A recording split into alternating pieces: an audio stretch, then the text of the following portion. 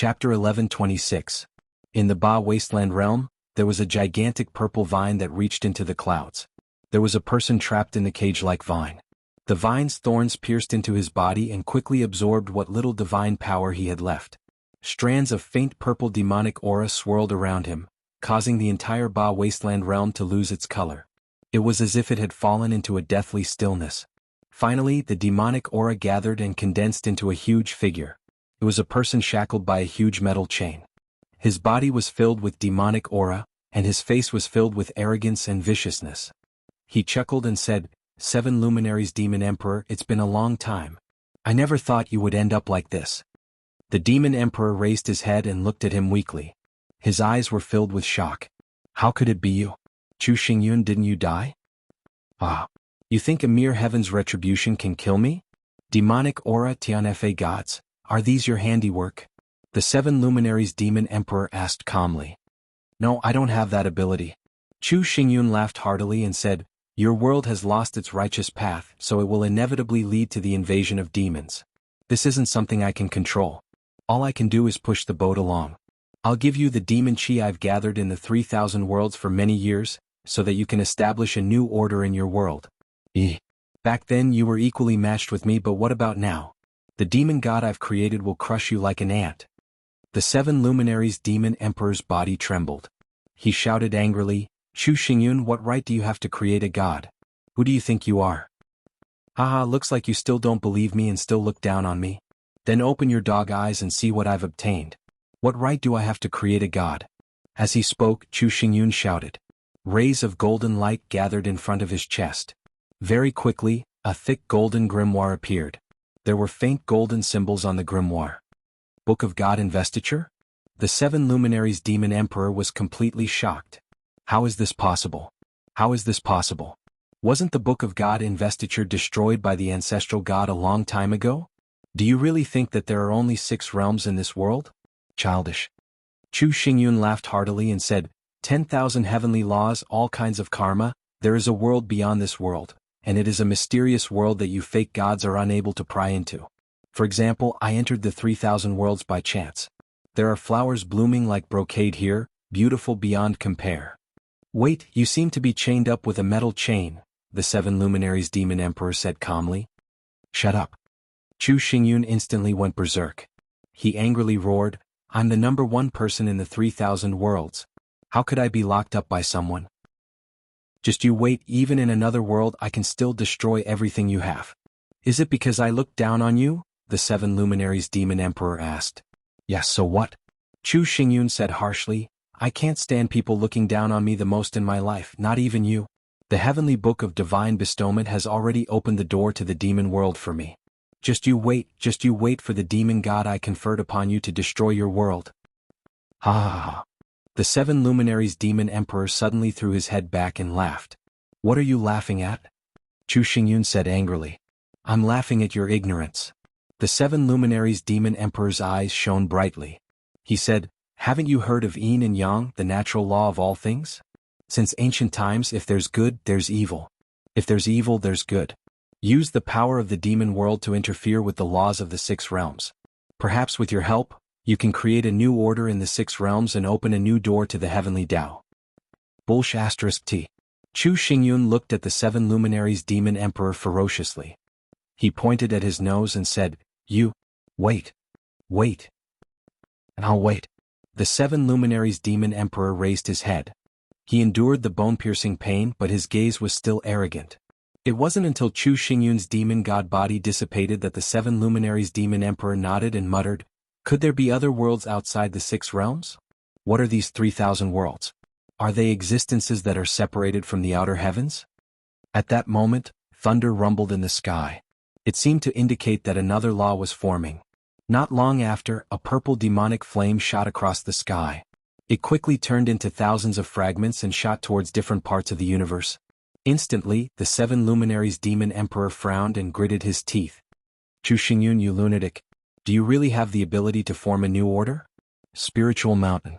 The sky was densely covered with purple clouds, giving people a feeling of suffocation.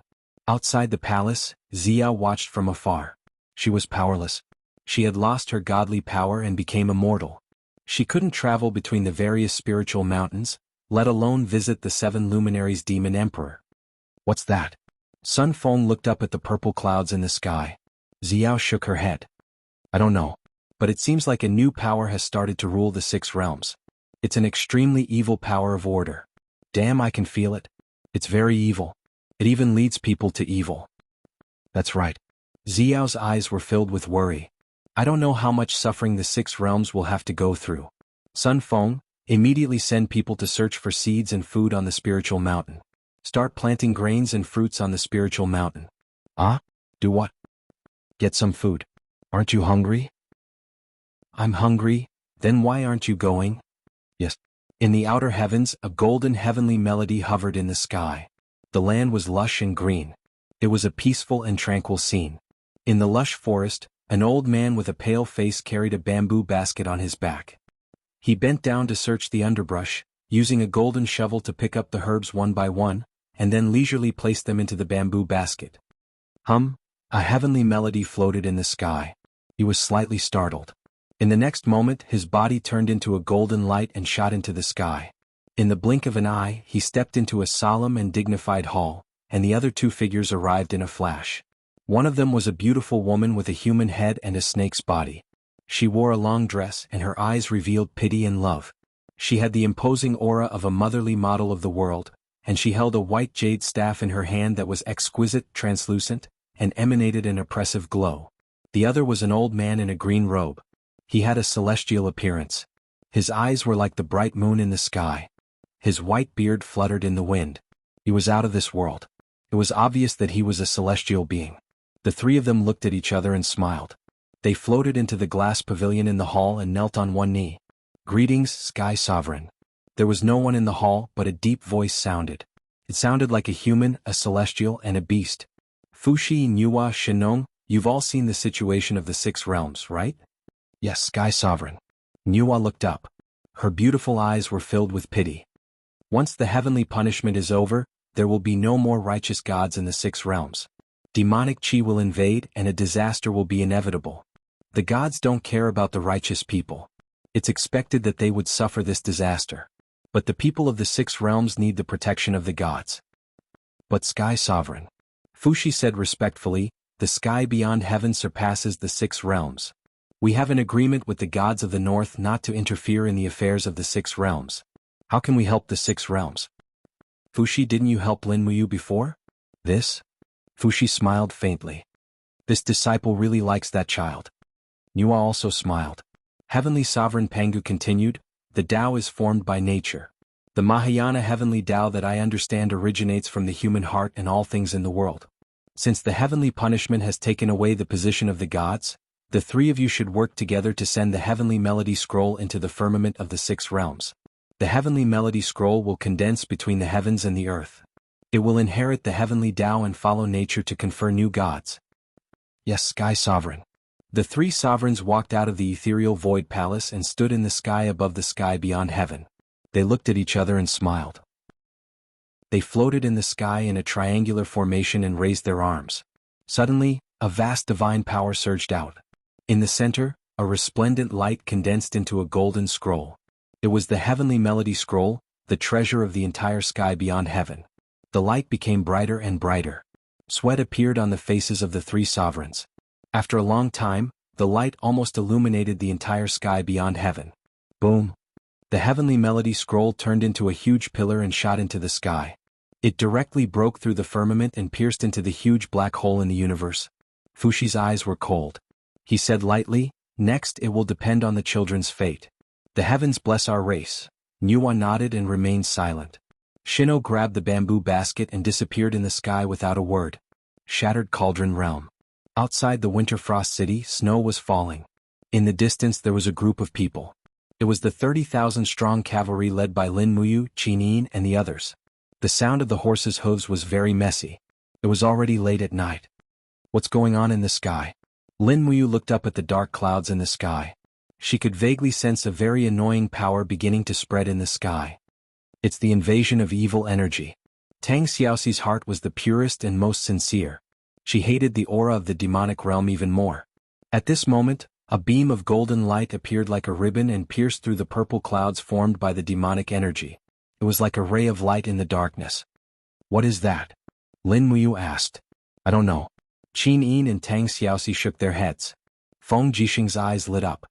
He pointed into the distance and said, "You look over there. There's an army that arrived at the Winter Frost City almost at the same time as us." "Whose army is that?" "It looks very majestic." In the darkness of the night, the torches illuminated the things in the near distance. Immediately, one could see many ugly giants walking in the dark, carrying heavy iron armors on their backs and holding simple sharp blades in their hands. Each of them had thick shells and sharp teeth. They looked ugly and ferocious. What else could they be other than armor demons? Qianfeng's army had arrived first. In the distance, a white horse galloped over. It was Qianfeng alone. He dismounted and knelt in the dirty snow. He said respectfully, "Qianfeng greets your highness." "Rise, Marshal Qianfeng." "Thank you, your highness." Qianfeng stood up and looked at Qin Yin's snow-white face under the light of the torch, which was still as beautiful and moving as before. He could not help but feel a surge of joy. He had been preparing for this day for many years. Lin Muyu asked, "Marshal Qianfeng, how many armor demons have you brought?" "Marshal, a total of 100,000 armor demons, 30,000 winged men, 10,000 horseshoe men, 10,000 Protoss cavalry and 25 giant flying snakes." "Good." Lin Muyu smiled and said, "Keep the 100,000 armor demons for now. Don't board the ship. I'll give them to Yangshang as a gift. It's a big surprise." Qianfeng understood and smiled. "Yes, I understand. As a marshal, one would not be qualified if he did not know all the tricks." Obviously, Lin Muyu was very qualified. Qianfeng had been fighting for the demons for so many years. His teammates were usually idiots like Lei Chong and Xin Xiang. Now that he had joined the Qin army, his teammates were smart generals like Lin Muyu, Feng Jixing, Ding Shi and Wei Chou. The joy that came from the bottom of his heart could not be concealed. Chapter 1127. Xuanming Town, a small town only 10 miles away from Tianji City, was currently being ravaged by the flames of war. A group of evil Yangshang army's advanced team plundered countless belongings, food, and women like the autumn wind sweeping away the fallen leaves. In the prison carriage, a young girl in her 20s, wearing a green prison uniform, lay lifelessly on a pile of straw. Beside her was the person who was in charge of escorting her. The person wore a blood-red armor and held a spear in his hand. His face was covered by a helmet, revealing only his frightening eyes. He spurred his warhorse forward slowly and said impatiently to the guards beside him, "Stop being so wishy-washy. If those wicked people come to bother us again, shoot them down. This girl's appearance is not bad, so I won't make her a concubine. Leave her here." "Yes, Lord Philae." Philae, who used to be a divine king expert in the northern divine realm, had now fallen to the level of a holy venerable, but his desire to bully the weak had not diminished at all. He still held his spear and guarded his spoils of war. There were a total of 3 large carriages of supplies, and this was all the belongings that could be plundered from the entire Xuanming town. At this moment, a shout came from the snowy ground behind them. A group of people holding forks and pickaxes rushed over. The leader was an old man and he shouted in despair, "Let go of my daughter, you can take the food and cotton, but let go of my daughter, she did not violate the Empire's laws, you can't take her away. Village chief, please say something for me." The white-haired village chief hurriedly cupped his hands and said, "My lord, our Xuanming town has paid its quarterly taxes on time. Just now, all the belongings in the town have also been offered to you, my lord. Please be magnanimous and let go of his daughter." "I will kneel down in front of you, please be magnanimous." The old man knelt on the snowy ground shakily and bowed with his whole body prostrated. "Village chief, I don't want to make things difficult for you, but I've said it before. Don't bring your people to chase after me. Otherwise I won't be polite. Since you're here, it's not unreasonable for me to do something." There was a sneer on Felix's face. Suddenly he grabbed the longbow on the side of the warhorse and shot an arrow. His archery skills were exceptional. With a poochie sound, the arrow pierced the neck of the village chief. Blood spurted out and the village chief died on the snowy ground without a sound, his body convulsing and trembling. "Kill!" Philae roared angrily, "These ungrateful and unruly people, kill them all." The guards drew their bows and arrows and shot randomly at the townspeople who were holding farming tools. Dozens of townspeople could not resist the arrows and fell to the ground in the blink of an eye. "I'll fight it out with you bastards." The father of the captured girl raised his iron pickaxe and rushed over. Even though he had been shot twice in the leg, he still used the iron pickaxe to support himself as he walked over. His eyes were filled with rage. "I'm going to kill you, you devil! I'm going to kill you!" Philae looked at the old father and sneered at the girl in the cage. "Beauty, in order for you to serve me without any worries in the future, I'll cut off your worldly thoughts today. I think my father-in-law will not be stingy with his life. Come." He suddenly spurred his horse and rushed forward. With a shake of his spear, the tip of the spear turned into a whirling flame and pierced through the old father's throat. Flesh and blood splattered and his head was almost blown off from his body. His method of killing was not only cruel, it was simply inhumane. "Father." The girl in the prison cart let out a heart-wrenching scream. She desperately hit the wooden pillar of the cart with her head, but it was to no avail. She was simply too weak to fight against the strong person in front of her. Philae pulled out the spear, brought it to his mouth and licked a mouthful of blood. He chuckled. "The blood of mortals is actually so delicious." Beside him, another former God State expert seemed to be unable to bear it anymore.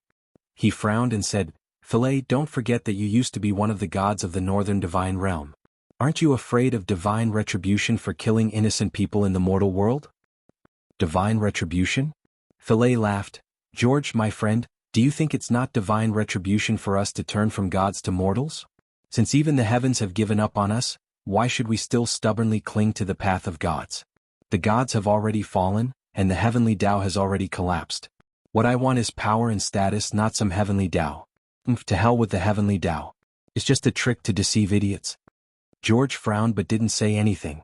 At this moment, the sky was filled with purple clouds and lightning shook the earth. Boom, boom, boom.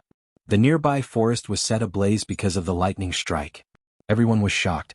The demonic energy in the air was very thick, and they could even faintly see lines of obscure purple characters looming in the sky.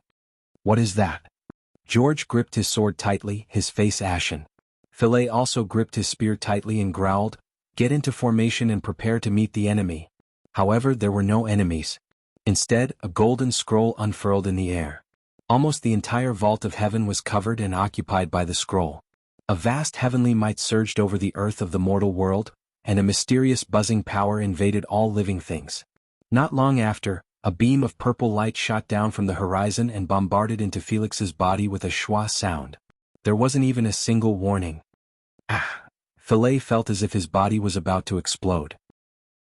He rolled over and fell off his horse, curled up and trembled as if he was in great pain.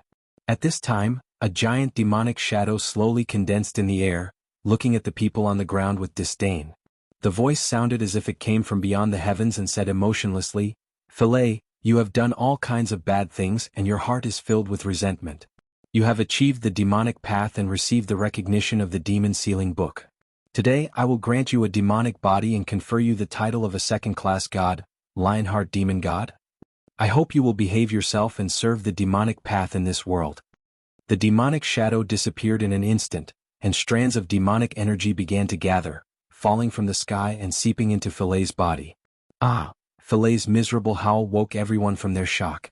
They saw Philae's body tremble violently, and a purple demonic body appeared behind him, gradually fusing with his body. At the same time, an awe-inspiring divine power rippled out. When Philae opened his eyes, everyone saw a pair of purple eyes. He had obtained a demonic body and was titled as a demon god. Just like that, the first demon god of the mortal world was born. "Philae, how did you become like this?" George asked in horror. "Why isn't this good?" Philae sneered. "George, are you not used to the current me?" Aren't you the god of kindness? Do you still think so now?" Philae's eyes shone with a fierce light. "Philae, are you crazy? What are you trying to do?" George had already pulled out his sword. "This team only needs one leader," Yizichin said. Philae shouted, and the spear pierced through George's heart like lightning. George did not even have time to react. Philae's speed was far beyond George's imagination, so much so that George, who had fallen to the Holy King realm, was killed in an instant. Hiss! Blood gushed out along the spear. The dozens of Yangshang army guards were dumbfounded. George was a small army commander in the army, but he was killed just like that. Philae's eyes were full of malevolence. He slowly pulled out the spear and said, "From today onwards, I will be in charge of the 1st Army's 7th Squad. Do you all understand?" "Yes, Lord Philae." No one wanted to die. The current Filet's strength was unfathomable, and no one knew who he would kill next. Very well. Follow me to Tianji Palace to see Yangshang. Unknowingly, Filet had changed the way he addressed Yangshang, the emperor. After all, he was now much stronger than Yangshang. Shattered Cauldron Realm, East Coast. Lin Muyu did not enter Winter Frost City. Instead, she stayed in the warm and comfortable palace. Instead, she brought the Longdan Army Camp's cavalry division to the Blue Wind Harbor Station. Although the station was cold, it at least made her feel more at ease. In the afternoon, heavy snow began to fall again. Inside the commander's tent, the four generals Lin Muyu, Feng Jixing, Chen Feng, and Ding Shi surrounded a huge sand table map and were pondering how Yangshang would start this war. However, lightning flashed and thunder rumbled outside, and the rumbling sound was deafening. What's wrong? Feng Jixing was stunned. Let's go out and take a look. Lin Muyu flew out of the commander's tent and saw that Tang Xiaoxi, Qin Yin, Chu Yao, and Ouyang Yan had already come out of the tent at the side. Outside, thunder rumbled and purple clouds rolled in. The strong sense of oppression was almost suffocating. At the same time, the sky was soon covered with a golden scroll glowing with purple light. Countless ancient characters were faintly discernible in the air. It was the Book of Investiture of the Gods, also known as the Book of Investiture of Gods. Then, the roar of the demonic shadow came faintly from the sky, and the words of Investiture of Gods were transmitted to the people of the Shattered Cauldron Realm. Investiture of Gods. But it was a demon god. Everyone was shocked. Some soldiers of the Longdan army camp turned pale. That name, was it someone from the Celestial Pole continent? Someone in the opponent's camp was actually Investiture of Gods. This was a fatal blow to the morale of the Qin Empire. Dog Heavenly Tao. Zhang Wei pointed to the sky and said, "What kind of Heavenly Tao are you? You actually Investiture a bad guy? What kind of dog are you?" Zhang Wei. Shut up. Lin Muyu frowned and said, "People are divided into good and evil, and so are gods. You can disagree with this distinction, but you must be in awe." Zhang Wei grinned and didn't continue to say anything. In this world there were only 3 people who could shut him up. One was Feng Jixing, one was Lin Muyu, and the other was the female empress Qin Yin. Ding Shi's eyes flickered, and he nodded and said, "It seems that the situation is developing in a worse direction." Feng Jixing said, What is this demon god?" "I don't know either." Lin Muyu shook her head, and there was a trace of doubt in her eyes. She said, "But one thing is certain. The people of the realm of gods said that the war of gods and demons tens of thousands of years ago is going to happen again. The difference is that this time, it is very likely that we will be the participants of the war of gods and demons." Feng Jixing was speechless. Chapter 11:28. In the Tianji Palace, hundreds of officials stood in great numbers. Yangshang sat high up on the throne. Dola held the imperial edict and stood beside Yangshang, reading aloud, "The First Army has 500,000 soldiers and will be stationed in Tianji City under the command of Emperor Shang. The Second and Third Army have a total of 1 million soldiers and will be led by Qin Yu. The Fourth Army has 300,000 soldiers and will be led by Baiming Yuan. They will set off in 3 days. The Second and Third Army will attack Xishan Province from the north, east and south respectively. We must eliminate the Baizhe mercenaries controlled by Si Kongyao within 2 days." Under the throne, Qin Yu, Baiming Yuan and the other officials were silent. "What's wrong? Do you have any objections?" Yangshang sneered. Qin Yu knelt down respectfully and said, "Emperor Shang, please forgive me for being straightforward. Most of our troops are new recruits who have just been recruited within half a year. They lack training and logistical provisions are insufficient. Most of the provisions are still in the territory of the Celestial Empire and haven't been sent over. It will take at least 10 days for the provisions and equipment to be sent to the territory of Tianji Empire through the Forest of No Return. Therefore, I think we should wait for a while and start the war when the provisions arrive. Otherwise, once the army sets off for Xishan Province, I'm afraid there won't be anything to eat along the way." "Is that so?" Yangshang said lightly, "It seems that the Prime Minister really knows our army's provisions like the back of your hand." Qin Yu frowned and said, "Virtuous Sky Province has been sending out rations for many years. The treasury has long been empty. As for Eastcom Province, it was also filled with starving people after the battle 2 years ago. Now that it's experiencing a snow disaster, the people don't even have food for themselves, much less taxes. If your majesty insists on attacking now, I'm afraid the places the army passes by will be scorched." "So what if it becomes a scorched land?" Yangshang stood up and sneered, "The army will plunder the provisions along the way. Even if there is no provisions, it's okay to eat people. Didn't Marshal Gong Xiangming of Qinji Empire do the same? Bai Mingyuan's face immediately turned ashen, but he did not speak. Qin Yu frowned and said, Emperor Shang, please forgive me for speaking bluntly. Since ancient times, only a benevolent and righteous ruler has been able to conquer and rule the world. In the past, Gong Xiangming had no choice but to command his army to cannibalize humans. However, we have not reached the point where we have no choice but to do so. The people are the foundation of a country. The hearts of the people will be on the side of the heavens. Your Majesty, please reconsider and never mention cannibalism again. The heavenly Tao must not be defied. Yangshang slammed his palm on the throne and said, Qinyu, you're just a god from the mortal world. Who do you think you are? As one of the two great marshals of the northern god realm, do I not understand the heavenly law better than you? Don't talk to me about benevolence and righteousness. In my place, benevolence and righteousness can only be fed to dogs. Strength is the true ruler. Qinyu gritted his teeth and slowly knelt down. Your Majesty, the holy judgment. At this moment, thunder rumbled outside the main hall. It was the light of the God-sealing devil book. Everyone walked out of the main hall one after another. The mighty voice in the air had already completed the conferment of Philae as a god. He's a titled devil god. Philae is a titled devil god. Ah. Yangshang looked proud and said, Qinyu, do you have anything else to say now? Do you still want to tell me that the heavenly Tao must not be defied? Qinyu remained silent. In reality, Yangshang did not know who Philae was at all. However, he knew that Philae would definitely come. Men, prepare the ceremonial guards to welcome the return of Philae, a middle devil god. Yes. In less than 2 hours, Philae led his troops into Qinji City. Philae walked proudly into the main hall, but he did not kneel down. Cough cough. Bai Mingyuan coughed. After all, there was a difference in status. However, Philae still did not kneel. He just cupped his hands and smiled. Subordinate Philae greets Emperor Shang. Yangshang suppressed his anger and smiled. Philae, you are finally here. Yes. Felix looked up and saw Duo La standing beside Yangshang. On top of that, there was a dense group of guards standing behind the Emperor's screen. These guards were all carefully selected Saint King Realm Masters and were all equipped with Demon Heart arrows and Demon Heart stone swords. Once a fight broke out, Felix, a medium god, might not be able to instantly kill Yangshang. If he couldn't kill Yangshang, naturally he wouldn't be able to become emperor. At this moment, Philae was in a dilemma. A few seconds later, he smiled respectfully and said, Your Majesty, I have been recognized by the diabolism. Ah, that's good. Yangshang waved his hand and said, Men, bring the general's seal. I want to confer the title of General Philae as the 2nd Legion's Vanguard General. He will command 100,000 soldiers, 1,000 hectares of fertile land, and 100 maids. Thank you, Your Majesty. This time, Philae knelt down and received the seal. Yangshang walked down the steps and held Philae's hand with both hands.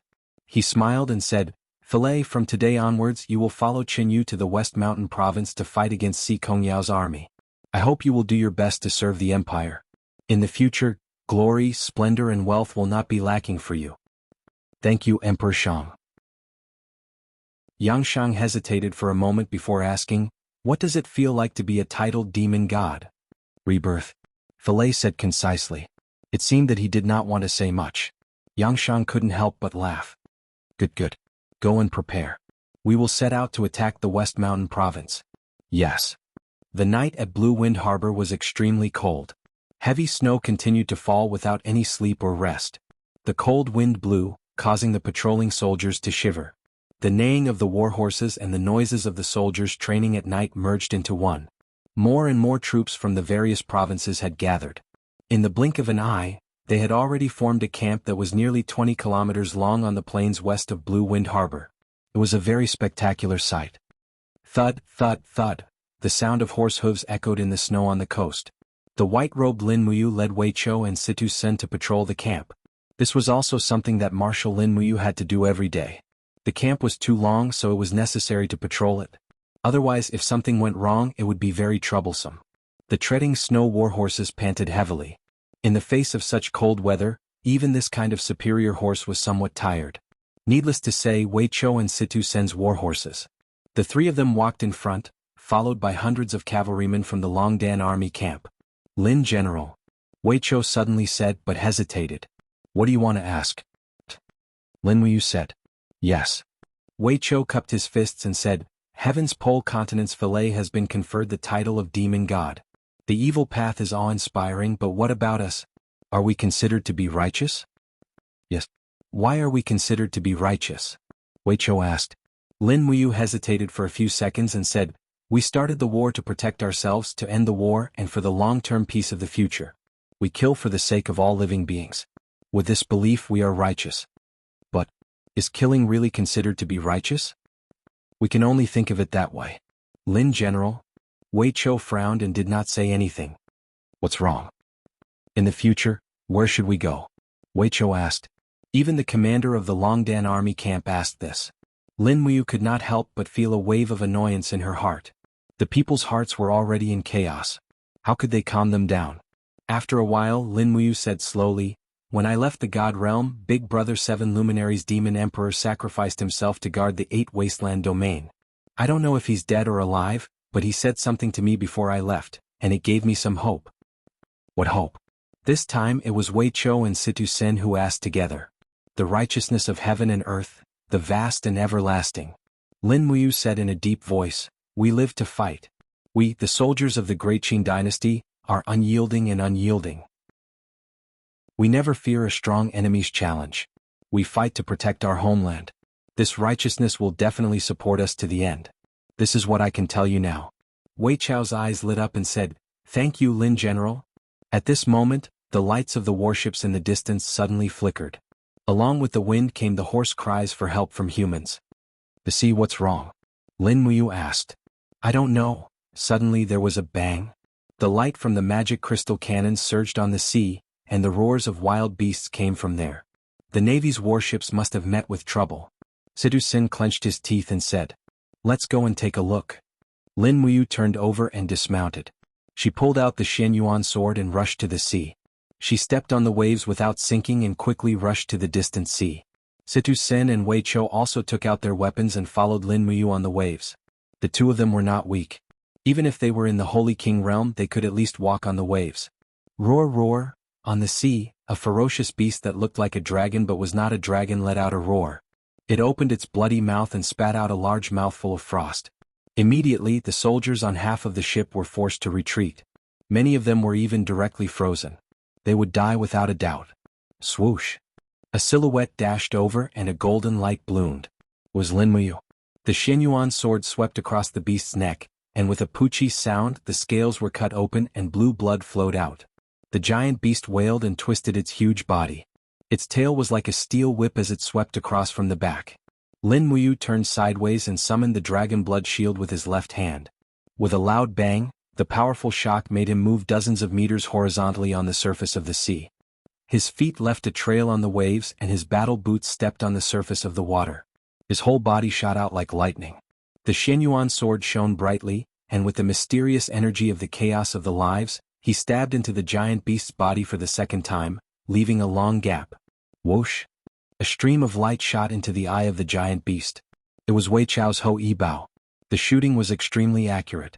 Lin Muyu shouted, Blind the other eye too. Navy, don't fire anymore. In the distance, the generals on the warships ordered to stop firing to avoid hurting their own people. Wei Chou followed up with 2 more arrows. Suddenly the giant beast became blind. Lin Muyu gathered strength in her arms and threw the Xianyuan sword. The long sword spun and flew over. Like a cannonball, it penetrated the head of the giant beast and shattered the spirit stone. Woo woo! In the howl, the giant beast died and its huge body slowly floated to the surface. Lin General, are you okay? Behind him, a man on the warship asked loudly. Under the light of the torch, it was Bailey Tsong, the commander of the Navy. Lin Muyu shook her head and walked to the side of the ship. She asked, Bailey Tsong, what is this thing? The deep-sea dragon. Bailey Tsong said, I've only seen this thing twice in my life.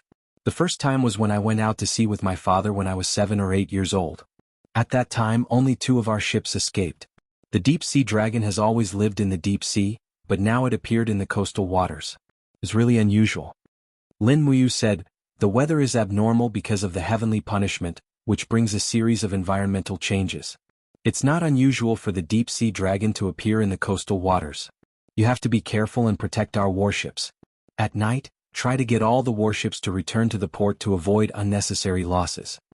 Yes, I understand. Chapter 1129. Late at night, another deep-sea flood dragon attacked the Blue Wind port, but it was secretly stopped by the Gong Gong Navy under the command of Candle Dragon. The next morning the sea breeze was cold, mixed with tiny snowflakes, which smashed on the face, especially painful. When Lin Muyu returned to her tent after patrolling the camp, she discovered that Qin Yin and Tang Xiaoxi were brewing coffee in her living quarters. She had even brought back the equipment for brewing coffee from Earth. The two girls had already perfected the process of heating the coffee with alcohol. It was a rare opportunity to drink warm, fragrant coffee in Shattered Cauldron Realm. Damn it, I can't live in peace. Feng Jixing walked in while cursing. He raised his head and said respectfully, Your Highness and Princess are here as well. Greetings, Your Highness. Good morning, Your Highness. Qinin smiled and said, Commander Feng, what's making you so angry? Sit down and have a cup of tea. Thank you, Your Highness. Feng Jixing sat in front of Lin Muyu and said, Last night, the second deep-sea flood dragon attacked our port and overturned 3 ships and a fortress ship. Damn it, that fortress ship is our main warship. It can be used for transport and artillery battles. But this one cost over 100,000 Jining coins to build, and it sank with a wave of the dragon's tail. I know. Lin Muyu pondered for a while and said, Last night I sent over 100 Gong Gong Navy soldiers into the deep sea to investigate.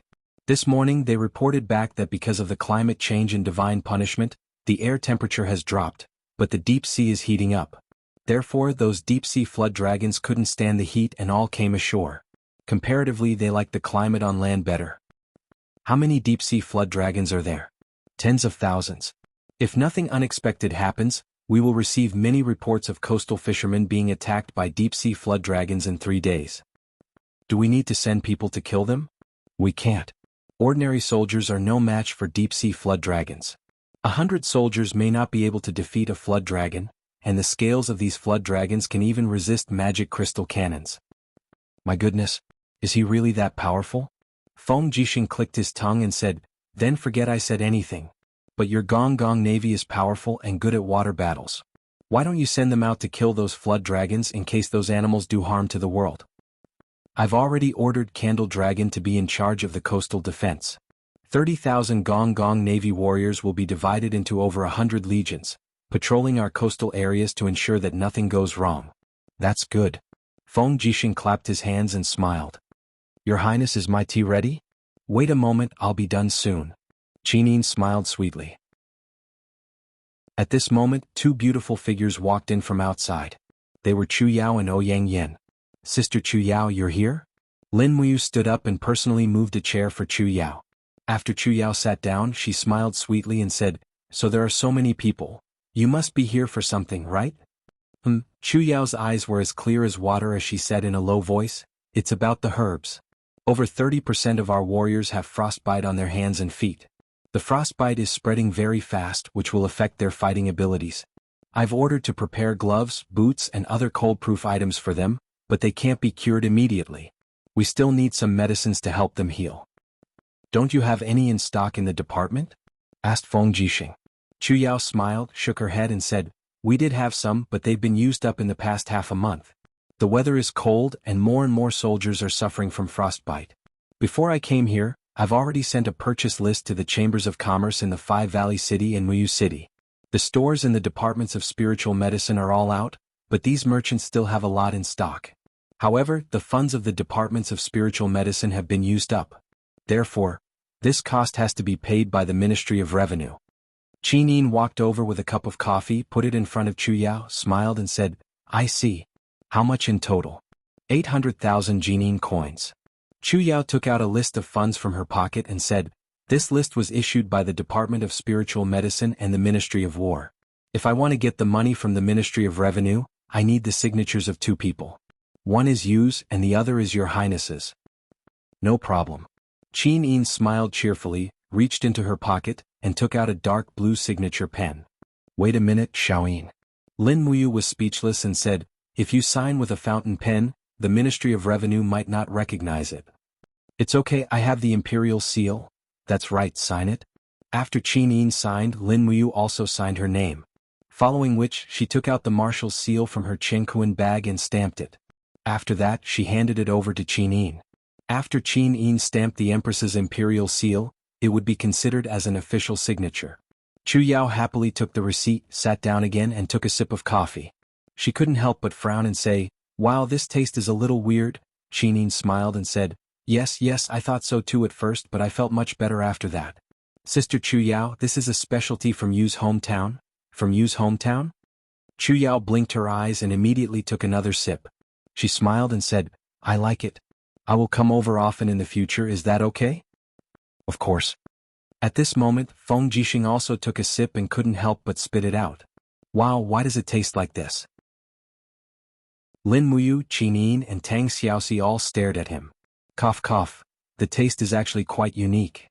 Feng Jixing laughed awkwardly. At lunchtime, everyone ate together in Lin Muyu's tent. Even the Empress and the Marshal's meals weren't much better. They had porridge, flatbread and a pot of meat soup. Furthermore, the meat was dried wild boar meat. It was hard to swallow and everyone's faces turned green. However, this was military rations and there was nothing they could do about it. There had never been any good meals in the military camp, and even the dried rations were very laughable. The main dried rations were flatbread or flatbread that was squeezed out of rice and dried in the sun. Once the troops were on the move, the spiritual fire division couldn't cook. Usually they would just hastily boil water and let the soldiers soak the rice flatbread for a meal. In a war of life and death, no one would care about whether they ate well or not. They only cared about whether they could eat their fill and whether they had the strength.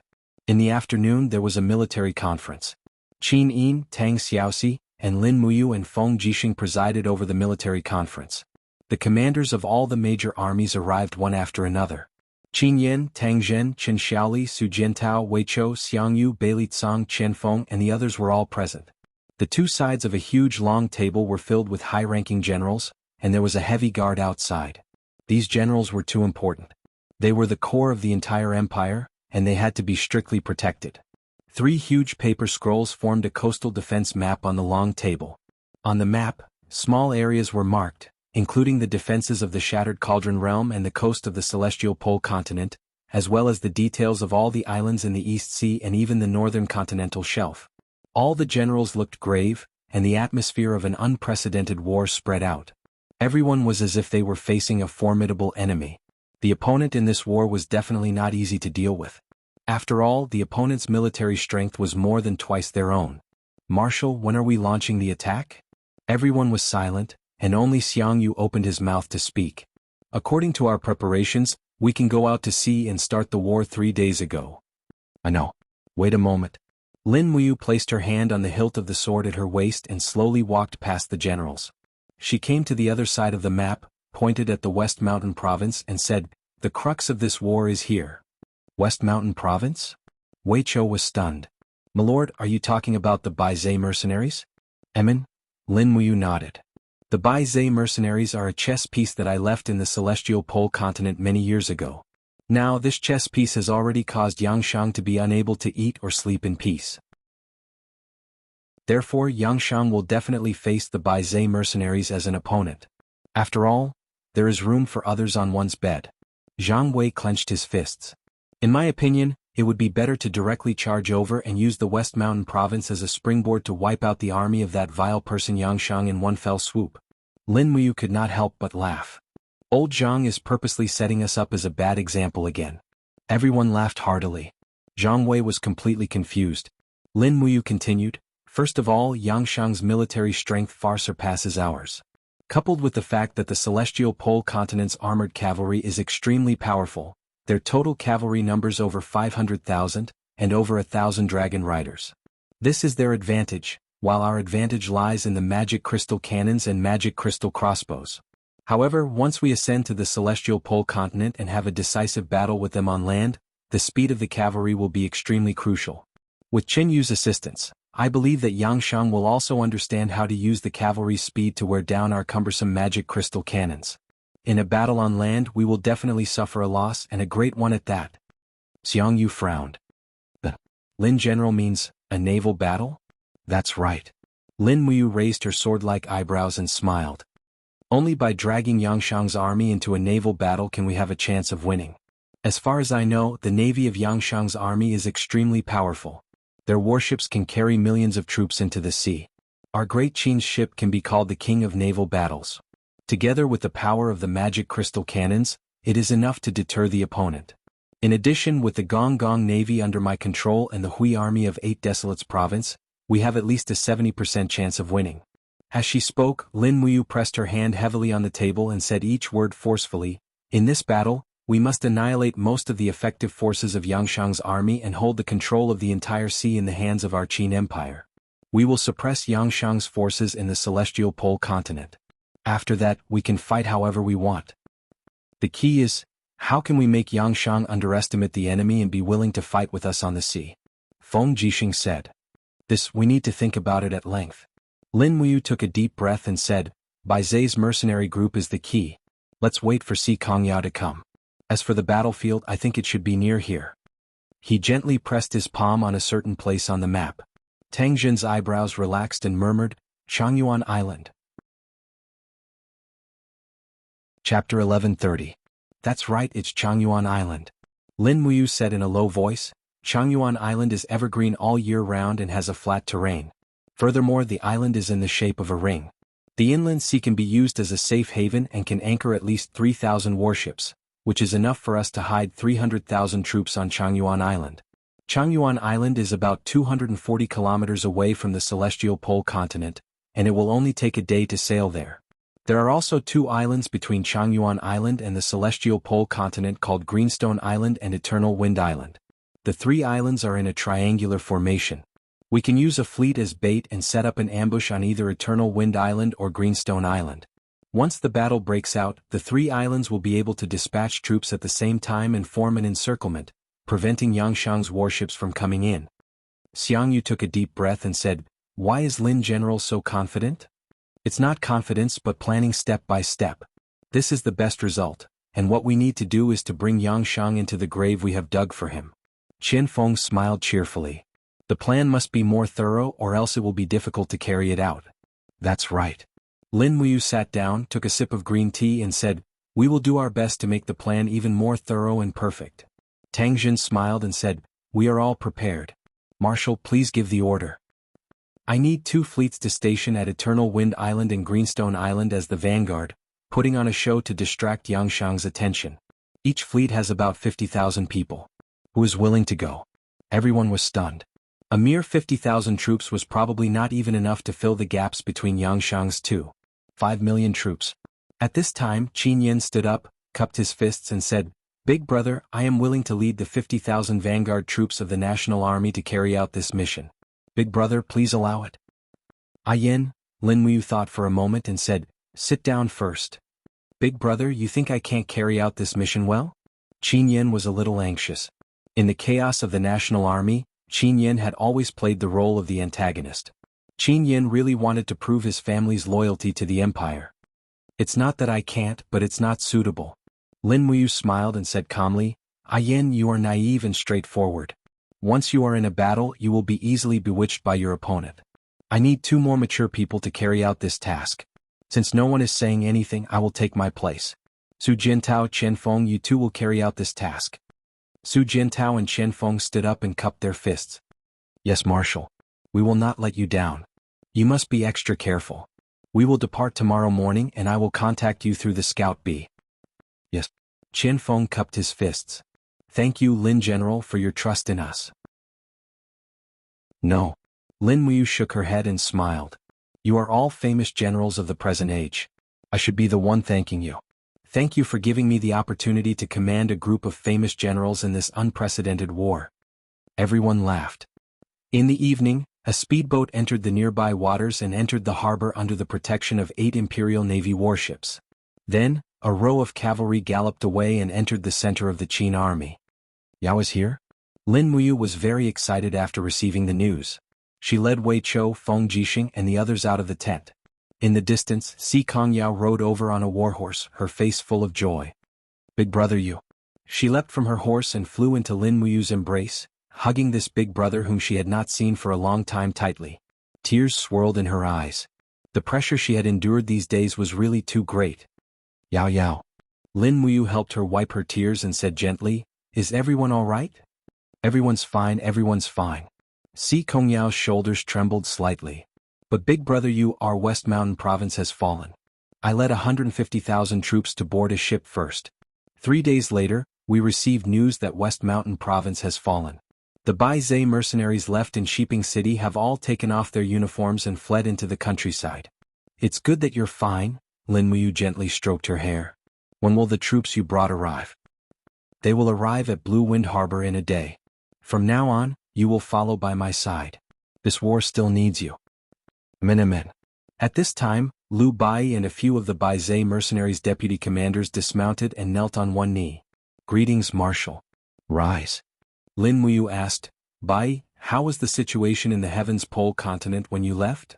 Yangshang ordered Qinyu to lead 1,000,000 troops to swallow up our West Mountain province and Huiyuan province. They should have already set up defenses along the coast and are preparing to welcome Great Qin's troops. Qinyu's 1,000,000 troops. Yes. What is Qinyu like? Feng Jixing asked. Lin Muyu's expression was grave. He has a strategic mind and is extremely cunning. He is an opponent that must be taken seriously. Damn. I originally thought that Yangshang would personally supervise the battle. I didn't think that he would let Qinyu lead the troops. This is troublesome. You're swearing, Mu. Tang Xiaoxi said. Alright, sorry. Lin Muyu touched her nose. Feng Jixing frowned. Is Qinyu really that scary? Yes. Lin Muyu pondered and said, You can say that. If Yangshang is the one leading the troops, 10 Yangshang combined won't be a match for any one of us. But if it's Qinyu? I'm afraid it won't be so easy to lure Qinyu's 1,000,000 troops to the sea for a decisive battle. Qinyu is full of schemes and is a cautious person. He won't attack easily if he doesn't have a 100% chance of winning. Feng Jixing patted his shoulder. It's okay. Qinyu is a man now, not a god. There will always be flaws. Don't think too much. Arrange the camp for Bai Zhe's mercenaries as soon as possible. Yes. At night, the heavy snow began to fall again. Only Lin Muyu was left in the commander's tent. Facing the flickering candlelight, his eyes lingered on the 3 islands on the map. He murmured, Food, food. According to the plan, stationing 300,000 troops on Changyuan Island was as difficult as Chen Feng had said. A thorough plan was needed to complete this grand undertaking, and food was the primary problem. The Empire didn't have many warships. Large warships could carry an average of 180 people. 4,000 warships of different sizes could transport 300,000 people and about 100,000 warhorses to Changyuan Island. But this also meant that the warships couldn't carry more food and fresh water. It would take at least 5 days to travel from Shattered Cauldron Realm to Changyuan Island. Even if they carried 10 days' worth of rations for each person, by the time they sent 300,000 troops to Changyuan Island, half of the food would have been consumed. It would take at least 20 days for the warships to return and transport the rations. And this was under the optimistic condition that they didn't encounter any storms. Then what would the 300,000 troops eat on the island? They had to hold on for at least half a month. The army couldn't go without food. If the soldiers went hungry, they wouldn't be able to fight and they might even mutiny. No one wanted to see such an outcome. Lin Muyu had a headache as he racked his brains. Before he knew it, he fell asleep on the table. After an unknown period of time, someone suddenly called him, Brother? Wake up, brother. When he looked up, he saw a scout bee flapping its wings beside his ear. It was Lulu from the Celestial the Arch system. Lulu, come out. Lin Muyu chuckled. Soon, the scout bee landed on the map and flapped its wings. A beam of light shot out from its back and condensed into the image of Lulu. She was still so cute and flamboyant. Flapping her wings lightly in the air, she said with a smile, Brother, why aren't you sleeping on the bed? Oh, I forgot. Why did Lulu suddenly think of looking for me? Brother, you haven't looked for Lulu since you returned to Earth. I thought you didn't want me anymore. Of course not. Brother, you look so depressed. Did you run into some trouble? Lulu clasped her hands together and looked at Lin Muyu with a worried expression. I did run into a problem. What's the problem? Tell Lulu. Transporting rations. Lin Muyu said, I need to transport a large amount of rations to Changyuan Island, but I don't have enough warships. What do I do? Lulu, do you have a way to build some ships for me? Build ships. Lulu blinked. I'm afraid not. It would take too much time. Lulu has been busy planting potatoes during this time and has no time to do anything else. But, if you really want to transport rations, why do you have to build ships? Oh? Lulu has a way. Yes. Lulu flapped her wings and smiled. Did you forget about the scout bees, brother? Back then, the celestial arch system created tens of billions of scout bees. There are at least 500 million of them left in Shattered Cauldron Realm. Although a scout bee can only carry a limited amount of weight, it can still carry something the size of a soybean. As for rations, Lulu can break down the dried potatoes into very small pieces and let the scout bees send them to Changyuan Island. Isn't that enough? Lin Muyu's heart skipped a beat and she was pleasantly surprised. Yes, why didn't I think of that? Lulu swayed her hips and chuckled as if she was asking for praise. Brother, praise me. Praise me. Lulu is the most capable. Good. Is it Changyuan Island? Lulu has located it. Yes. Soon, Lulu scanned the coordinates of Changyuan Island. Suddenly the entire island appeared in front of Lin Muyu. The jungles, plains, mountains and animals on the island appeared in real time. Lulu said, there are no large animals on Changyuan Island. There are 542 medium-sized animals and more than 10,000 small animals. There are 27 caves on the island, and each cave can store about 400 tons of rations. So, Lulu ordered the scout bees to send the rations to these caves? Yes. Lin Muyu nodded heavily. Because of the snow, the rations would definitely be damp and moldy if they were left in the open. It was a good choice to put them in the caves. Whoosh. A beam of light dissipated. Lulu went to work. Lin Muyu was relieved. She turned over, took off her clothes and covered herself with the quilt. She could finally sleep in peace. Chapter 1131. The next day the war drums rumbled. Rows of cavalrymen, Pidao soldiers and archers boarded the ships and set off with the sound of the horn. It was windy from the northwest at this time, so it would take them less than 7 days to reach Greenstone Island and Jiufeng Island. 2 huge battle flags were written with the words Su and Qian. Su Jiantao and Qian Feng stood under the flag with their horses in a dignified manner, waiting for Lin Muyu and Qin Yin to bid farewell. Rustle, rustle, the war drums were getting heavier and heavier. Lin Muyu and Qin Yin stepped on the snow toward the senior generals who were about to set off. Your Highness. Su Jiantao and Qian Feng knelt on one knee at the same time and saluted. Commanders, please dispense with the formalities. Qin Yin raised her hand gracefully and said, this expedition will be extremely dangerous. I hope that both of you will work together and make great contributions to the Great Qin Empire. Yes, we understand. Qian Feng looked up at Lin Muyu and asked, Lin General, is there anything else? Yes. Lin Muyu slowly walked forward with her hand on the hilt of her sword and stood side by side with Su Jiantao and Qian Feng. Her eyes fell on the 10 fifth-ranked deputy generals behind them. Although their ranks were not high, they were all captaincy and held military power. When they saw Lin Muyu looking at them, they immediately knelt down and said, Greetings, Marshal. Lin Muyu nodded and said calmly, You are all brave generals of the Qin Empire. You are the vanguard of this expedition. Remember, you must listen to the orders of General Su Jiantao and Qian Feng. From today on, you are no longer just generals of the Longdan Army Camp in the National Army, but will be assigned to the Vanguard Camp. You must listen to your superiors in all matters. If you disobey, you will be killed. Do you understand? Yes, Marshal. After all, the 50,000 soldiers assigned to Su Jiantao were transferred from the Longdan Army Camp, while the 50,000 soldiers assigned to Qian Feng were transferred from the National Army. Lin Muyu had to establish their authority first.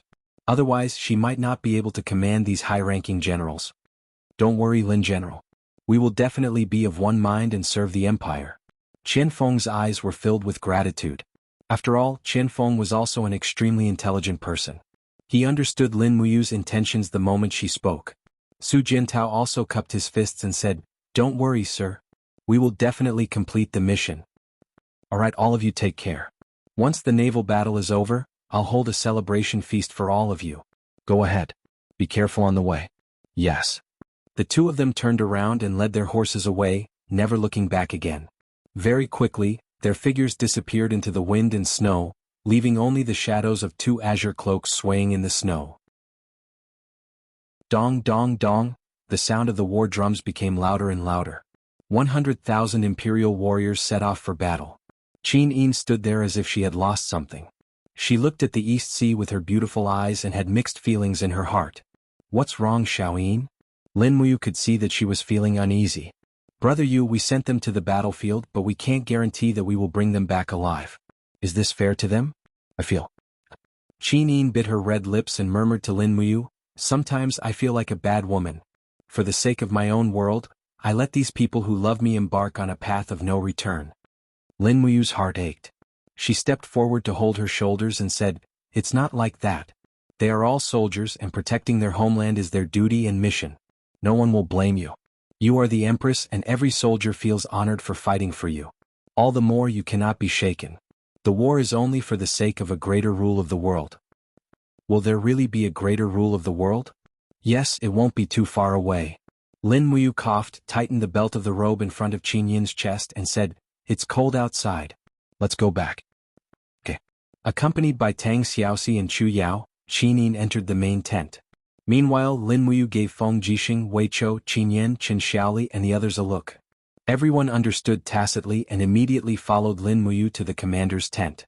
The commander's tent was filled with warmth, and the guards placed the furnaces in one by one. "Lin General," Xiang Yu shouted. Suddenly he didn't know what to say and just sat in his seat woodenly. "I know what you want to say, Commander Xiang Yu." Lin Muyu smiled in relief and said, "We'll set out in 5 days. We'll mobilize 300,000 soldiers to board the warships, and we can start to gather provisions and transport them to the ships now. In addition, these 300,000 soldiers must be the most elite troops of the Empire, and no one is allowed to make up the numbers." "Set out in 5 days? Tang Jin frowned. "Our provisions are not ready yet. I ask Lin General to reconsider. We're going to Changyuan Island, that barren land, and not the celestial pole continent. Once we're on Changyuan Island, there won't be any more provisions to speak of. We can't let the 3 armies eat tree bark, right? I've already prepared the rations. Just set off for Changyuan Island." Lin Muyu had absolute confidence in Lulu's efficiency. She was the strongest person in this land. If Lulu started a war of steel, perhaps neither Great Qin nor Great Shang would be able to resist. Feng Jixing said, "You first plan the composition of these 300,000 soldiers?" "Yes."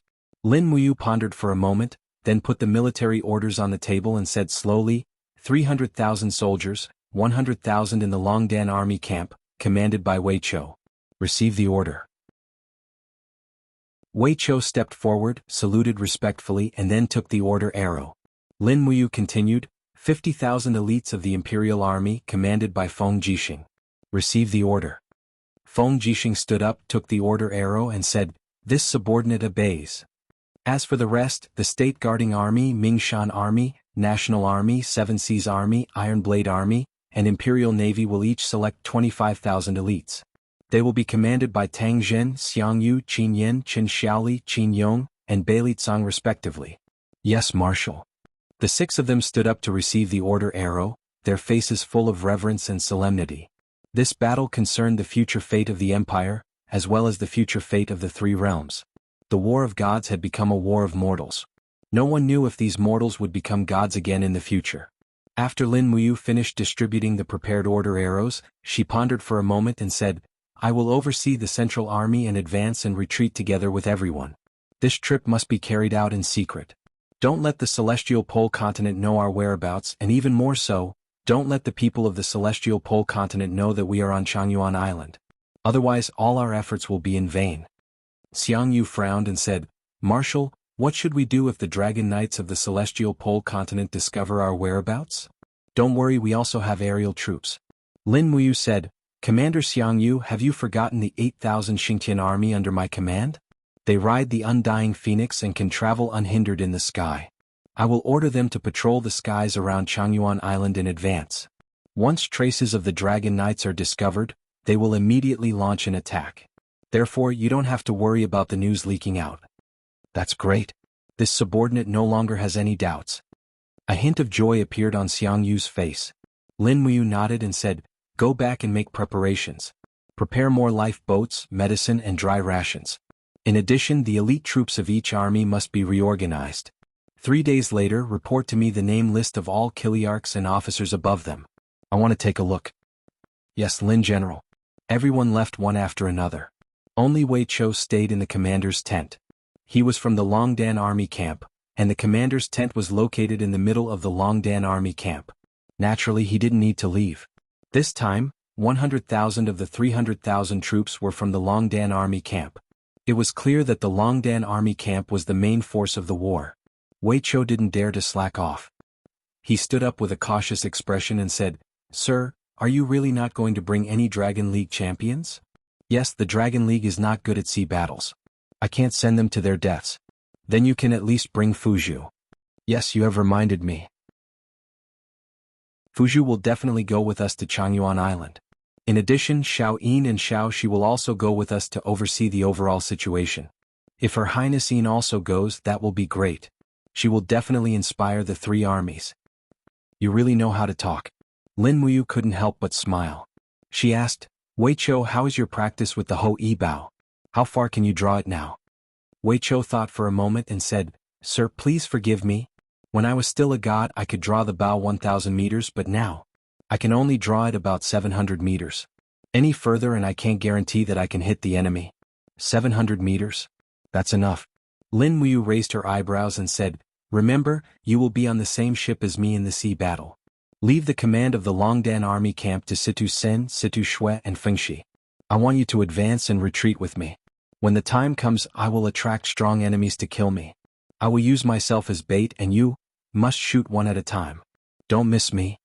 Cold sweat appeared on Wei Chou's face. "I will do my best." Lin Muyu couldn't help but laugh. She reached out and patted his shoulder. She said, "Tell me honestly, isn't it especially difficult to be my subordinate?" "That's right," Wei Chou grinned. "It's good that you know it, sir." Lin Muyu smiled. "Brat, this time I really have to rely on your Ho Yi Bao. The power of the Ho Yi Bao is mysterious. It can break through the dimensional space and achieve unobstructed shooting. It's simply a killer of gods. Yang Shang has so many God Emperor experts under him. We will be under great pressure on the battlefield. It all depends on your performance. Once the battle starts, I will let Xiao Yin, Xiao Shi and Ouyang Yan protect you. You just need to find targets and shoot them.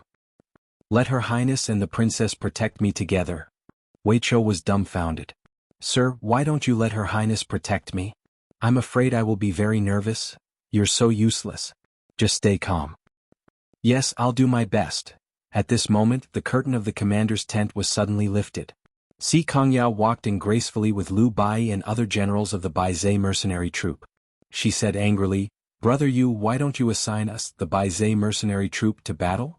Lin Muyu complained incessantly. "Oh my god, this little lady is here. It's not easy to deal with her."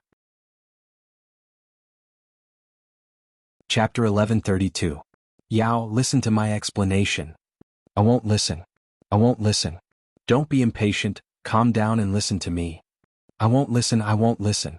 Si Kongyao sat angrily on her seat, her beautiful eyes staring at Lin Muyu.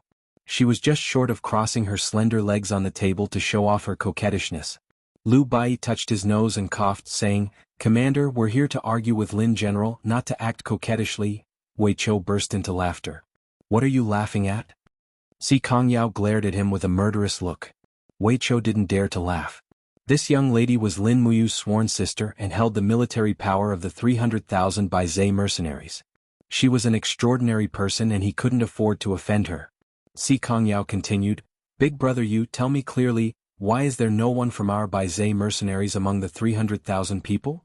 Lin Muyu was a little embarrassed and explained, "I'm thinking for the sake of the Baizhe mercenaries. Think about it, Yao, the Baizhe mercenaries have only come from the celestial pole continent for a day and are exhausted from the long journey.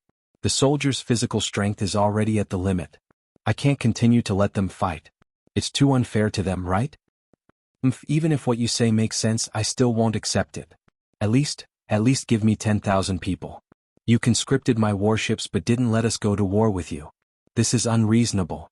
Lin Muyu was speechless. Wei Chou smiled and said, "My lord, forgive me for being blunt. Since Changyuan Island has enough provisions, why didn't you let Miss Si Kongyao go with you? Besides, we only conscripted less than 500 warships from the Baizhe mercenaries. They still have 700 warships left. These 700 warships can transport more than 100,000 soldiers plus provisions and supplies." Wei Chou lowered his voice and said, "Your Excellency, let me say something unpleasant. Although your plan is thorough, you have forgotten one thing. What will be sent to Changyuan Island through the scout bees is only food for humans. What about the provisions for the war horses? We have brought nearly 200,000 war horses and without fodder, we won't be able to support them. Besides, the weather is freezing and the soldiers need a lot of charcoal to warm their bodies. The Spirit Fire Department also needs wood to cook. The wood on Changyuan Island will be cut down in 3 days. We still need to bring a large amount of wood and fodder to Changyuan Island. Lin Muyu was surprised and couldn't help but look at Wei Chou. This brat had indeed grown into a great general who could take charge of an area by himself. He still remembered things that even she had neglected. However, he had probably held it in for a long time and only dared to speak up when Sikong Yao appeared. All right then, Lin Muyu thought for a moment and said, then we'll add another 50,000 soldiers. Yao, choose 50,000 elites from the Baizhe mercenaries to go with me. In addition, these 50,000 elites will only need 300 warships to transport them. Transfer the remaining 400 warships to transport charcoal and provisions. This time I'll give you a military rank, Chief Logistics Officer. What do you think? Why don't you give me a vanguard official? Si Kong Yao stamped her feet and asked coquettishly. Lu Bai coughed and said, Big sister, you should know when to stop. A chief logistics officer is still an officer. Si Kong Yao pouted and said, okay then, it's a deal. You can't go back on your word. Don't worry. Go and prepare quickly. Give me your officer list in 3 days. Okay. Celestial Pole Continent, Shiping City. This city, which originally belonged to Shiping County Lord Si Kong Yao, had now fallen into the hands of Yangshang's army. Ever since Qin Yu led his army into the city, the owner of this city had changed. Inside Shiping Prefecture, heavy snow was falling. The guards and attendants were all wearing thick cotton clothes to withstand the abnormal weather. In the depths of the mansion, green smoke drifted from the heaters. A group of officers dressed in the military uniforms of the Shang nation surrounded a huge square table. On the square table was a sand table map of the west coast. Cough, cough, cough. Qin Yu coughed violently. Due to the abnormal weather and the fact that the heavenly punishment had taken away all of his divine power, his physical condition was deteriorating day by day. He placed his palm on the table of the sand table, but his gaze was fixed in the direction of the coastline. He said, Are there any movements from the Shattered Cauldron realm? A captaincy cupped his fists and said, Reporting to Marshal, we received news 3 days ago that Lin Muyu has gathered nearly 1 million soldiers in Lingdong province. They seem to be ready to attack us. Qin Yu couldn't help but smile faintly. Are you sure that Lin Muyu wants to face us head-on and not attack us? This can't be right. Captain Si said, Our Shang dynasty has over 2 million soldiers, while the Qin dynasty only has less than 1 million soldiers. Their military strength is less than half of our army, yet they want to attack us. Isn't this courting death? This can only mean that you don't understand Lin Muyu. Qin Yu's eyes flashed and he said, Lin Muyu isn't someone those mediocre so-called famous generals in the various countries of the Celestial Pole continent can be compared to. He repeatedly comes up with ingenious schemes and foresees the enemy. In the entire Celestial Pole continent, no one can be compared to him. Even the famous Marshal Gong Shangming of the Tianji Empire was defeated by Lin Muyu.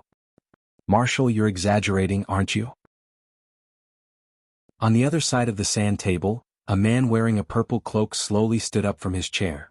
It was the Lionheart demon god, Philae. His eyes seemed to carry a demonic nature, and his whole body gave off an awe-inspiring evil aura.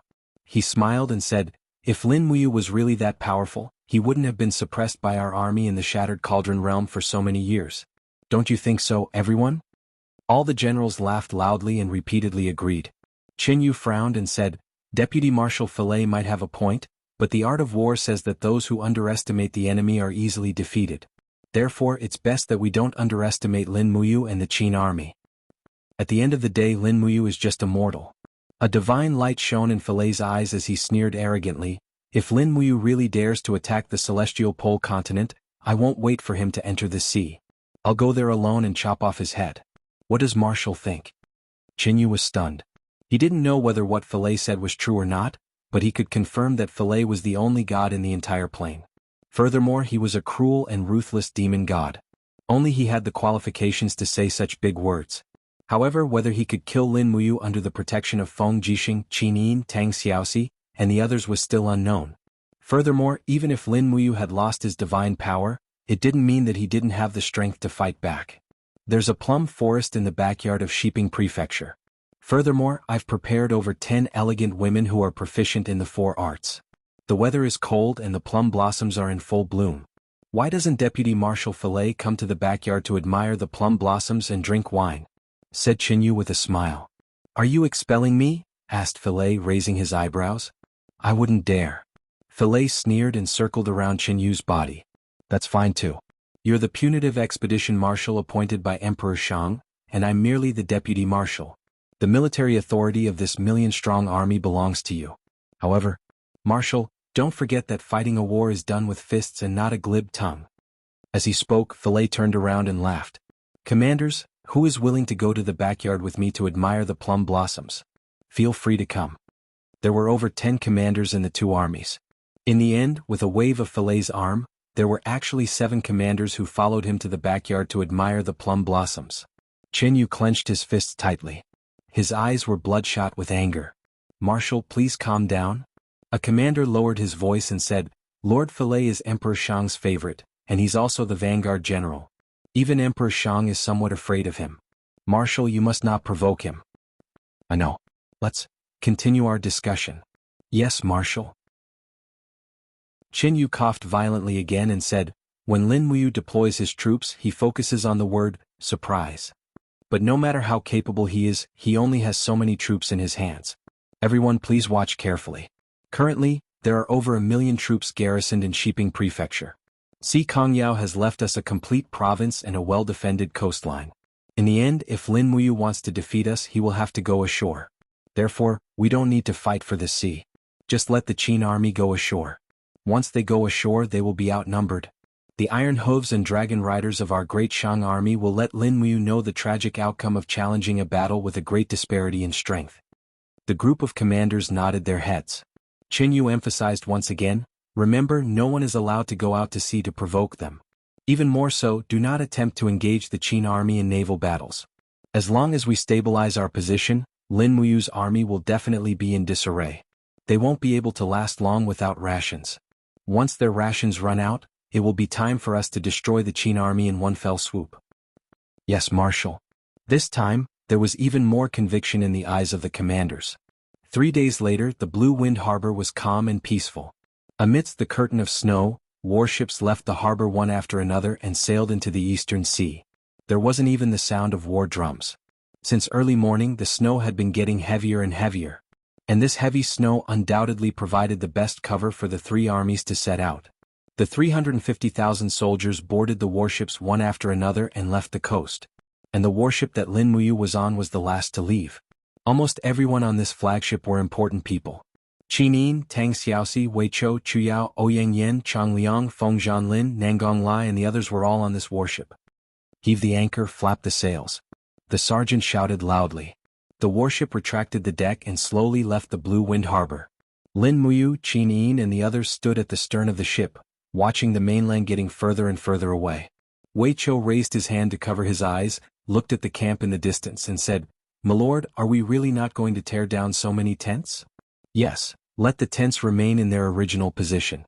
Why do we do this? Sidu Sun was a little puzzled. Lin Muyu smiled faintly, it's very simple. No matter how we guard against it, the Dragon Knights of the Heavens Pole continent will definitely be able to investigate everything in Lingdong province. I have already ordered for these tents to be left behind. Every day there will be people from Lingdong province lighting fires around the tents and pretending that smoke is normal in every camp. Once the Dragon Knights report back to Qinyu, naturally Qinyu will not suspect that we are not in Lingdong province. In this case, these tents will be our best cover. Lin General is wise. But why do you say that Qinyu might not suspect us? Qinyu, he is an extremely intelligent person. Lin Muyu reached out and pressed her hand into the snow on the side of the ship, feeling the cold and said, We must proceed with caution. Otherwise, as long as Qinyu finds any of our flaws, he may consign us to eternal damnation. Chapter 1133. Late at night, nearly 400 miles away from the Winter Ridge province. The waves on the surface of the sea surged, and the most violent part even stirred up waves that were nearly 5 meters high. Although the battleships built by the Empire were all very large, they were still bobbing up and down like small boats, as if they could be capsized by the mysterious power of the sea at any time. Except for the helmsmen, scouts, and soldiers who were keeping watch, most people had already gone into their cabins to rest. The fleet seemed to be very quiet. 3,550,000 people and nearly 4,800 warships were divided into 24 groups, sailing in the ocean according to the echelons. The warships alone had spread for tens of miles on the ocean. Many small lamps were hung on each ship, which were used to communicate with each other and illuminate the flag bearers. The snow stopped again, but the ocean surface grew colder. The waves bumped against the sides of the ships, but were already frozen by the time they landed on the ships. On the deck, every 5 meters, there was a sentry with a sword in their hands.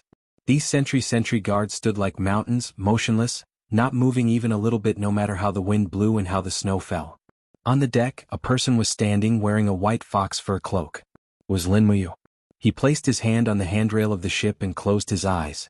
He activated his spirit pulse technique and sensed everything around him at the bottom of the sea. 5 kilometers away, the vanguard fleet led by Feng Jixing was opening up a path. Even further away there were auras flying at high speed in the air. Those were the patrolling troops of the Xingtian Heavenly Army. The Xingtian Heavenly Army would play an extremely important role in this expedition. The Empire could only rely on them to deal with the dragon riders. In the deep ocean, enormous creatures seemed to be ready to move. They were deep-sea flood dragons. Apart from them, about 10 meters under the ocean, Gong Gong's navy warriors were guarding the fleet with weapons in their hands. They didn't show their heads for the whole day, but they had been guarding the fleet. In fact, no one knew that in the afternoon, over 10 deep-sea flood dragons attempted to attack the fleet, but were all killed by Gong Gong's navy warriors on the bottom of the ocean. Otherwise, another great disturbance would be caused. The spirit pulse magic reached further away and no power could be sensed at all. Lin Muyu couldn't help but furrow his brows. Had his cultivation fallen to such an extent? He could only sense auras within 5 kilometers.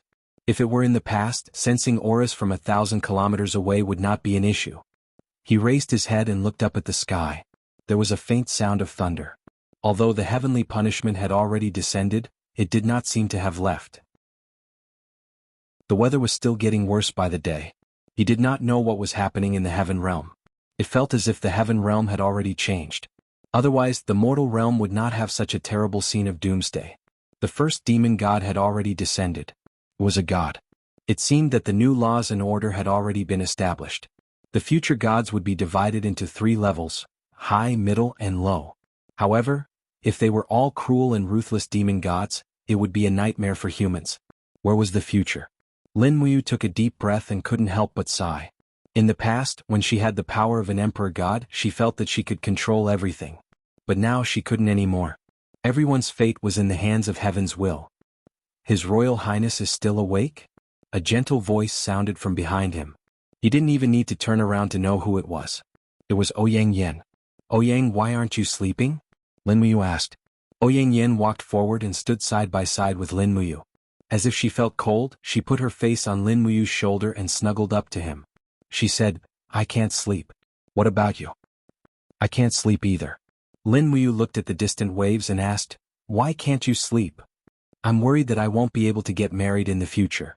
Ouyang Yan's eyes flashed with slyness. She smiled and asked, what about you? I'm worried that I'll lose the battle, Lin Muyu answered truthfully. Oh my, it's not easy. Our invincible Highness Yu is actually worried that he can't defeat the celestial pole continent? It seems that your confidence is just an act for others to see.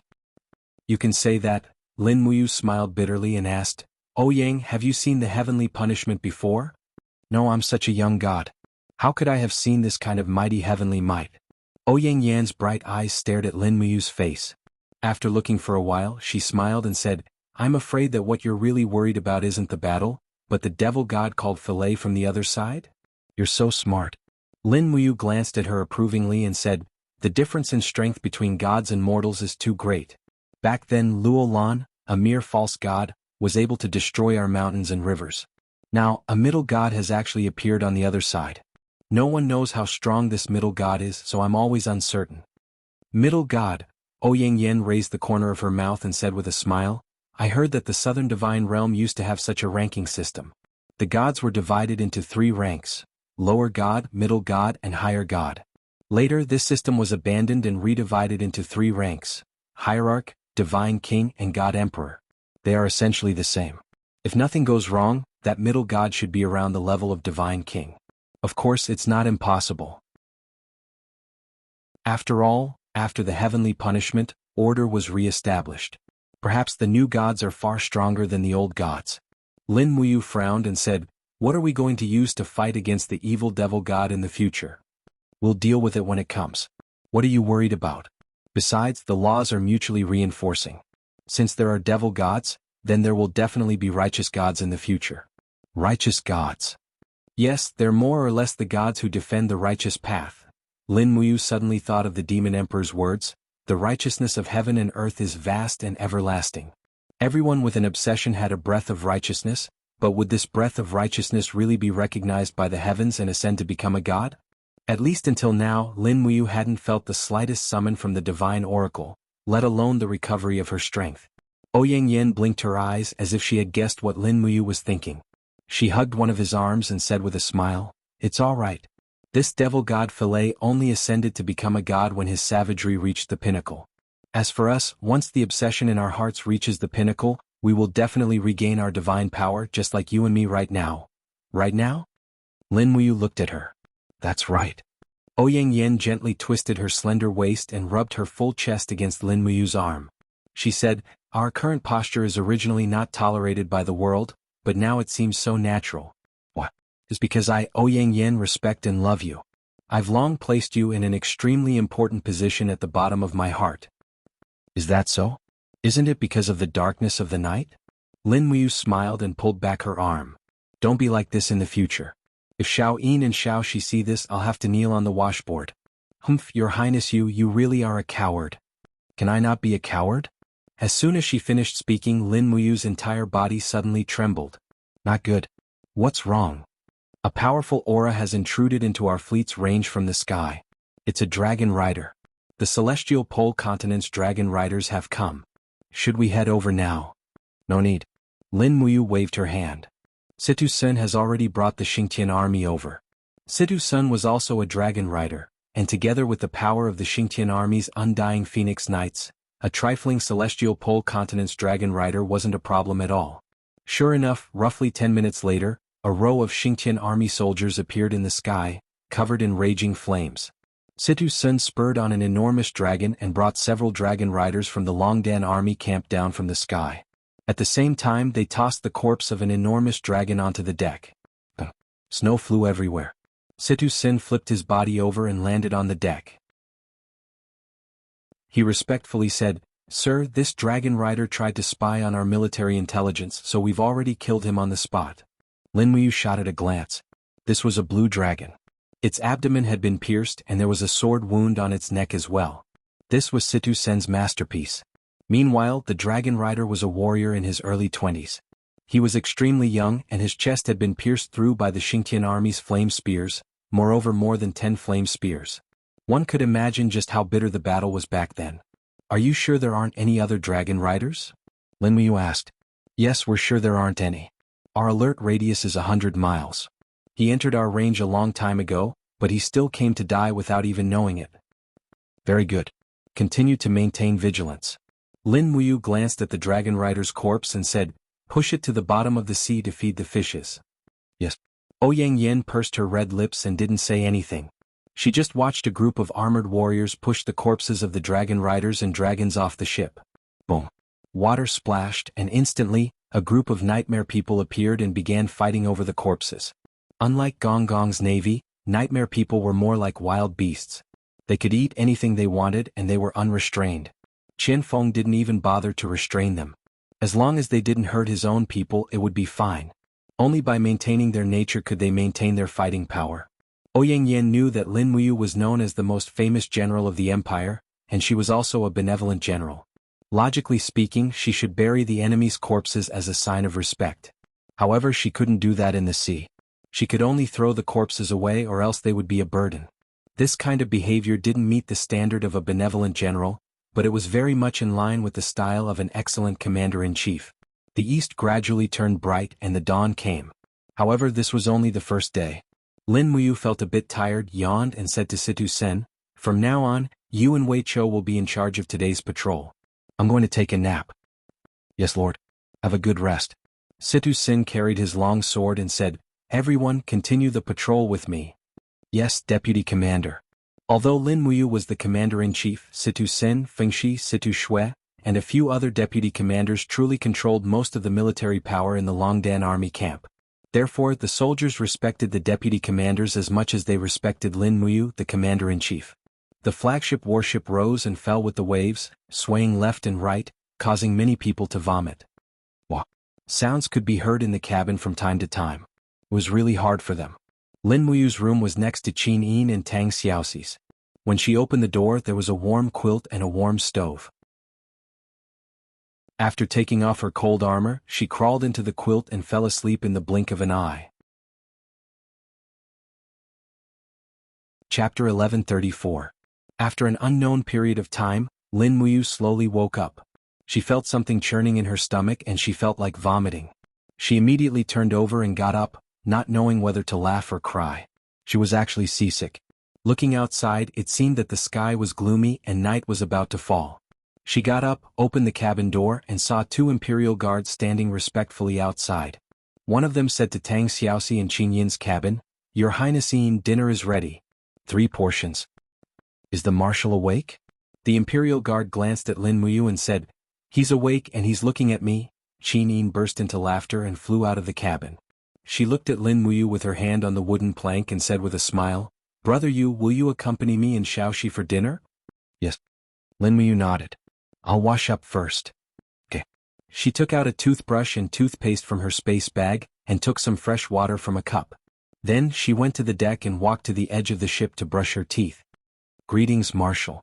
A group of officers and soldiers saluted her. Lin Muyu raised her hand and ordered them not to stand on ceremony. Then she continued to brush her teeth. After brushing her teeth, she picked up the snow on the side of the ship and rubbed it on her face. The snow quickly melted and served as the friction to wash her face. It also made her feel refreshed instantly. It was so cold. Wei Chou walked forward and said respectfully, "Madam, today's voyage was very smooth. We traveled nearly 700 miles during the day, much faster than we expected."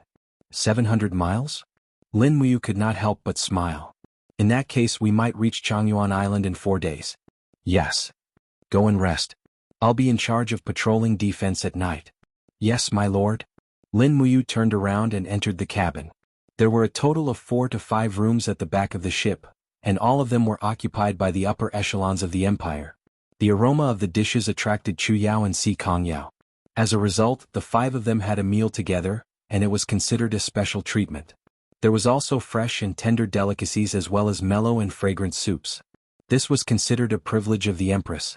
Meanwhile, Lin Muyu and Chu Yao also followed along to enjoy the blissful life. The Qin Empire didn't lack money, so they didn't have to go to the deck to eat cold bread like soldiers. "How's the military situation?" Qin Yin asked as she scooped soup for Lin Muyu. "Everything went well." Lin Muyu said, "Last night we killed a dragon rider who tried to spy on the military situation, and we also received a letter from Qian Feng and Su Jiantao. They have already arrived at Greenstone Island and Jiufeng Island to serve as outposts for the 3 armies." Si Kongyao smiled and asked, "I still don't quite understand Brother Yu's intention in sending these 2 fleets ahead of time." Outposts can provide information, and they can also serve as bait. "The more important thing is the bait, right?" Qin Yin asked with a smile. "Yes." Lin Muyu nodded. "I really want to fight Qin Yu at sea, and with Qin Yu's intelligence I can naturally see through it. He won't be happy to fight me at sea, so I have to throw out a huge bait to force him to fight me at sea." "Is Qin Yu really that powerful?" Tang Xiaoxi asked. "His intelligence isn't below yours or mine," Lin Muyu said concisely. "If that's the case." Tang Xiaoxi pursed her red lips and said, "If that's the case, our chances of winning will become smaller again." "No, we will definitely win." Lin Muyu's eyes were full of deep meaning. "What?" the 4 girls asked together. "It's very simple." Lin Muyu's handsome face brimmed with confidence as she said, "There is one thing that the celestial pole continent will never be able to match up to us, and that is unity. Xiaoyin, you are the empress, but you didn't order the execution of a national traitor like Qin Yi after capturing him. This kind of bearing and grace will allow us to win the hearts of the people. Think about it, even generals like Jin Yifan and Xiang Yu, who once had rebellious thoughts, were placed in important positions by us. Who wouldn't be loyal to us?" As she spoke, Lin Muyu stirred the vegetable leaves in the soup with her chopsticks and said, "Although we only have half the number of people in the celestial pole continent, we are united. However, Qin Yu is different. Qin Yu is alone, and people like Yang Shang, Filei, Dora, and Baiming Yuan won't be of one mind with Qin Yu, so Qin Yu can only use half of his intelligence. This way Great Qin will definitely win. Qinin smiled sweetly, gratified. Then I can rest assured. Tang Xiaoxi pouted. Brainwashing expert Lin Muyu. Lin Muyu laughed. He loved and hated these two girls at the same time. How annoying. He picked up the bowl and finished the soup in one gulp. He then stood up and said, "All right, it's getting dark. I'll be in charge of patrolling the fleet tonight. You guys sleep well, I'm going to carry out my military duties." A Grand Marshal has to personally patrol the fleet? Chu Yao's mouth fell open. I have no choice. This is a special time, so I can't be careless. He left the girls with his back as he walked out of the cabin with his sword hilt. Night fell and the deck became even colder. In the sky, a giant dragon was soaring against the wind, and riding on its back was a beautiful girl. It was Situ Shui. It had been so many years, but Situ Shui hadn't aged at all. In fact, she looked even younger than before. "My lord, can I accompany you on patrol tonight?" Situ Shui asked with a smile. "It would be my honor." Lin Muyu stood at the bow of the ship and said, "Don't you want to take a look in the sky, my lord?" Situ Shui asked with a smile. "Up in the sky. That's fine." Lin Muyu pondered for a moment before she suddenly opened her palm and pointed outside the ship's railing. "Icatosaurus, come out. It's your turn. Don't sleep in every day." Awoo! The wall of the alternate dimension was broken, and the majestic Icatosaurus twisted its body and flew out of the hexagram. Clouds appeared around its body, and it called out to Lin Muyu several times respectfully as a greeting. Lin Muyu jumped onto the dragon's back and grabbed the Icatosaurus's red mane. "Let's go. Follow me to patrol the fleet." Icatosaurus understood. It quickly twisted its body and soared into the sky with Lin Muyu. The soldiers of the Longdan army camp on the deck were dumbfounded. A real dragon. It was much stronger than the dragon mounts of Situ Sen and Situ Shui. In the sky the clouds were dense and Lin Muyu quickly flew into the clouds.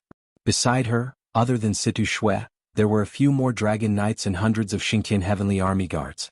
"Ah Shui, how many dragon knights do we have?" Lin Muyu asked. Situ Shui blinked and chuckled. "My lord, we originally had 41 dragons. Later, Miss Si Kongyao smuggled a few dozen from the celestial pole continent.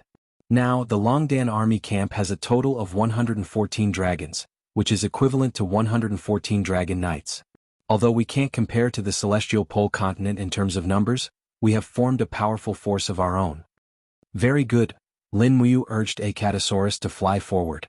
Soon they saw rows of battleships moving in a triangular formation on the surface of the sea. It was the Imperial Army fleet controlled by Feng Jixing. From afar they saw a small table on the deck of the flagship of this fleet. Feng Jixing was sitting upright and still making tea. It was rare for him to be in such a mood. On the side, Zhang Wei, Guanxing and the others were drinking tea with him.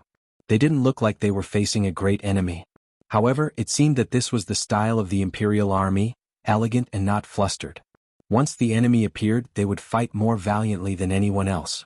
Lin Muyu continued to fly forward. She went deep into the clouds. She saw bolts of lightning raging in the purple clouds above. "My lord, we can't fly up anymore. It's dangerous," Situ Shui said hurriedly. "The lightning there is extremely destructive. Be careful. Don't follow us," Lin Muyu said in a deep voice. "I want to see what's in these clouds." Situ Shui was speechless. Swoosh. Icatosaurus turned into a blood-red light and flew into the clouds with Lin Muyu. The moment they entered the clouds, lightning swept over, just like the lightning that imprisoned the 7 luminaries demon emperor in the Ba Huang domain. Clang. The Xian Yuan sword was unsheathed. Lin Muyu's sword skills were swift and fierce. She slashed the lightning tentacles several times in a row. However, Icatosaurus didn't seem to be afraid of the lightning at all. It raised its head and let out a deafening dragon roar. It twisted its body and flew toward the place where the purple clouds were denser. Lin Muyu could faintly feel that there seemed to be a very strange power in that place. The electric net in front of them became denser and denser. So much so that Lin Muyu had to constantly slash at it to advance. Looking through the layers of electric net, Lin Muyu's heart suddenly trembled. There seemed to be a purple-black energy core, protected by layers of electric net. It emitted a very dense demonic aura, like a demonic heart. Demonic heart? Lin Muyu raised her eyebrows and urged Icatosaurus to rush over. However, the piercingly cold electrical net came charging at him. With a loud boom, the powerful energy surged and sent him flying back along with his dragon. No, the energy field of the central domain was too strong. It was not something that Lin Muyu could touch with her current abilities. Ow ow! Acatosaurus let out a miserable groan and roared as if it was facing a great enemy. Is this the power of the demonic realm in the mortal world? Lin Muyu thought to herself. She sheathed her sword and no longer tried to hit a stone with an egg. She grabbed Acatosaurus's mane and was about to leave. But at this moment there was a sudden chi-la sound. A faint golden rune appeared near the energy field of the demonic heart. Then faint runes appeared. It was a kind of power with righteousness. Although it was very small, it made Lin Muyu feel a strong affinity. Righteousness of heaven and earth, vast and everlasting. The demon emperor had once said that. Although the power of this righteousness was very small, it had already been born at the side of the demonic heart. Since ancient times, righteousness and evil had mutually restrained each other. Where there was a demonic path, there must be a righteous path. This made Lin Muyu a little excited. The power of righteousness seemed to have begun to appear in this plane. This was good news. At this moment, the two forces collided again. Boom. There was an explosion and the small golden crystal instantly disappeared. It was directly extinguished by the demonic energy. The biting cold air swept Lin Muyu and Acatosaurus out of the clouds. Lord, are you alright? Situ Shui flew over with her people. I'm fine. Lin Muyu waved her hand. She looked up at the thunderous clouds in the sky and said, I'm fine. He was a little disappointed. In the end, righteousness still couldn't defeat evil. Currently, the demonic energy in the Shattered Cauldron realm was far stronger than righteousness. Otherwise, a demon god like Philae wouldn't have been born. The spirit pulse technique spread out. Within a radius of 100 miles, there were dozens of such demonic hearts. They covered the sky of the continent and wreaked havoc everywhere. Chapter 1135. 100 miles south of Shiping City, Nanhu County. Cries and screams could be heard throughout the county. In the Barbican of the county capital, a group of old and young were kneeling on the ground. Their families had already been tied up with ropes and forcibly recruited as recruits of the Shang nation. The allowance given to their families was only a mere 50 copper coins. Are they done? A general holding a saber grabbed the reins of his horse. His eyes were filled with anger as he said, Kill anyone who dares to obstruct the troops from leaving the city. This is a critical time. Don't hesitate. But Lord Jin Chong, these people are the citizens of the kingdom. A young 10-man squad leader was shocked. Jin Chong was the Chiliarch of the 3rd Legion and one of the main people in charge of recruiting new soldiers. He slowly lowered his saber and said, Are you questioning my orders? I dare not. The 10-man squad leader hurriedly knelt and apologized. Please don't be angry, Lord. In that case, do as you say. These people are courting death by obstructing the army from leaving the city. Yes, allow me to threaten them. No need, I'll do it myself. Jin Chong urged his horse forward.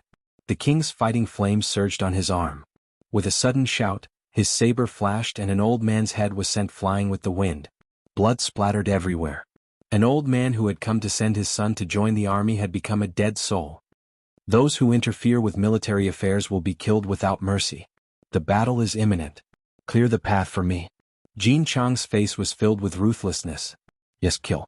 A group of soldiers from the kingdom of Shang mounted their horses and waved their sabers as they started a massacre in the Barbican. In the blink of an eye, the sky was filled with cries and blood. Nearly 100 citizens had become corpses. Thunder rumbled in the sky. An extremely evil power hidden in the dark clouds rolled over and turned into strands of demonic aura that descended from the sky. It hummed and evaporated, devouring the blood on the ground. At the same time, strands of demonic aura circled around Jin Chong. His brow began to light up. The decaying godhead was awakened. Then, the demonic aura turned into a demonic body and seeped into his body. Jin Chong's eyes were filled with violence and excitement. Despite the intense pain his body was in, he was still able to laugh out loud. He knelt on one knee and looked up at the sky. Thank you, God, for bestowing upon me the demonic body. In the sky, the gigantic demonic shadow was ever-changing, sometimes in the shape of a human, sometimes in the shape of a giant bell, and sometimes in the shape of a surging river. The extreme and evil demonic breath was so oppressive that it almost suffocated the crowd. That inhuman voice once again reverberated in the air. Jin Chong, killing is second nature to you and you have attained the diabolism. Today, I bestow upon you a Dharmakaya and confer upon you the title of first-tier lower deity. I hope that you will serve the diabolism well in the future. Yes, thank you, exalted goddess. Jin Chong was still kneeling on the ground. He was a little disappointed. After all, Philae was a mid-god, while the power he obtained was only that of a low god. Moreover, Philae was a titled god while he was an untitled god. Their statuses couldn't be compared at all. However, Jin Chong was ecstatic at the moment. He was the second god on the continent. Anyone would be wary of him. Beside him, all the soldiers became even more reverent. They smiled and said, "Congratulations, Lord Demon God Jin Chong. It's all for ourselves. Don't stand on ceremony." Jin Chong stood up and said, "Brothers, follow me to see Marshal Chen Yu. We can always ask for a deputy commander. If I can become the deputy commander, all of you will be promoted by 3 ranks." "Yes, thank you, Lord." Tianji City. The Demon Realm Oracle had just disappeared when Yangshang could no longer sit still. "Damn it, who is Jin Chong?" Yangshang punched the armrest of his seat. Beside him, the Northern Heaven Realm's deputy commander Wu Chang said respectfully, "He's a celestial warrior. He used to be a divine king. Now, he has attained the diabolism and become a demon god." "Another one." Yangshang's eyes flickered with fierceness. He said, "What does this damned heavens mean? My subordinates have all attained the diabolism, but I'm still immortal. My cultivation has stagnated." Wu Chang smiled. "Marshal, why are you so angry? Attaining the diabolism is the will of the heavens. Moreover, Marshal's fate is determined by the heavens. There will definitely be a stronger Dharmakaya waiting for you." Deputy Commander also knows about the Dharmakaya? Of course. Without a Dharmakaya, it's impossible to become a god just by relying on the godhead.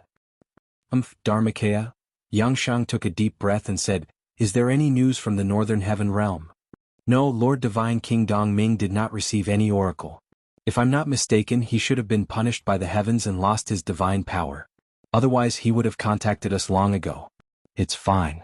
Yangshang clenched his fist and said, "When Divine King Dongming regains his divine power, I will have already unified the Celestial Pole Continent and the Shattered Cauldron Realm.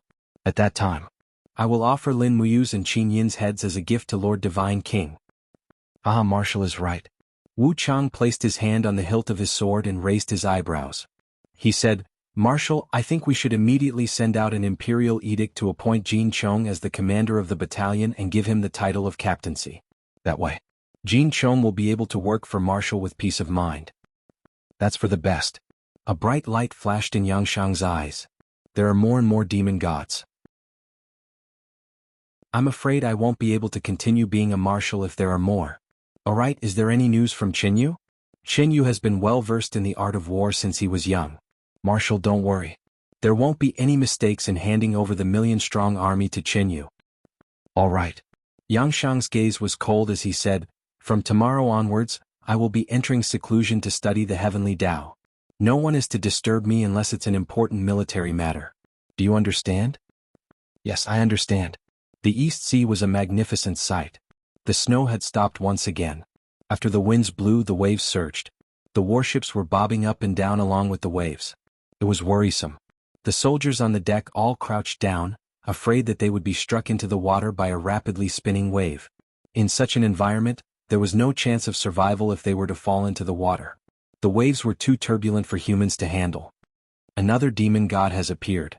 Lin Muyu stood on the deck of the flagship's bow. She stood upright like a mountain. No matter how the warship bobbed up and down, she remained motionless. Cultivators were all training, and stabilizing their footing was just a basic skill.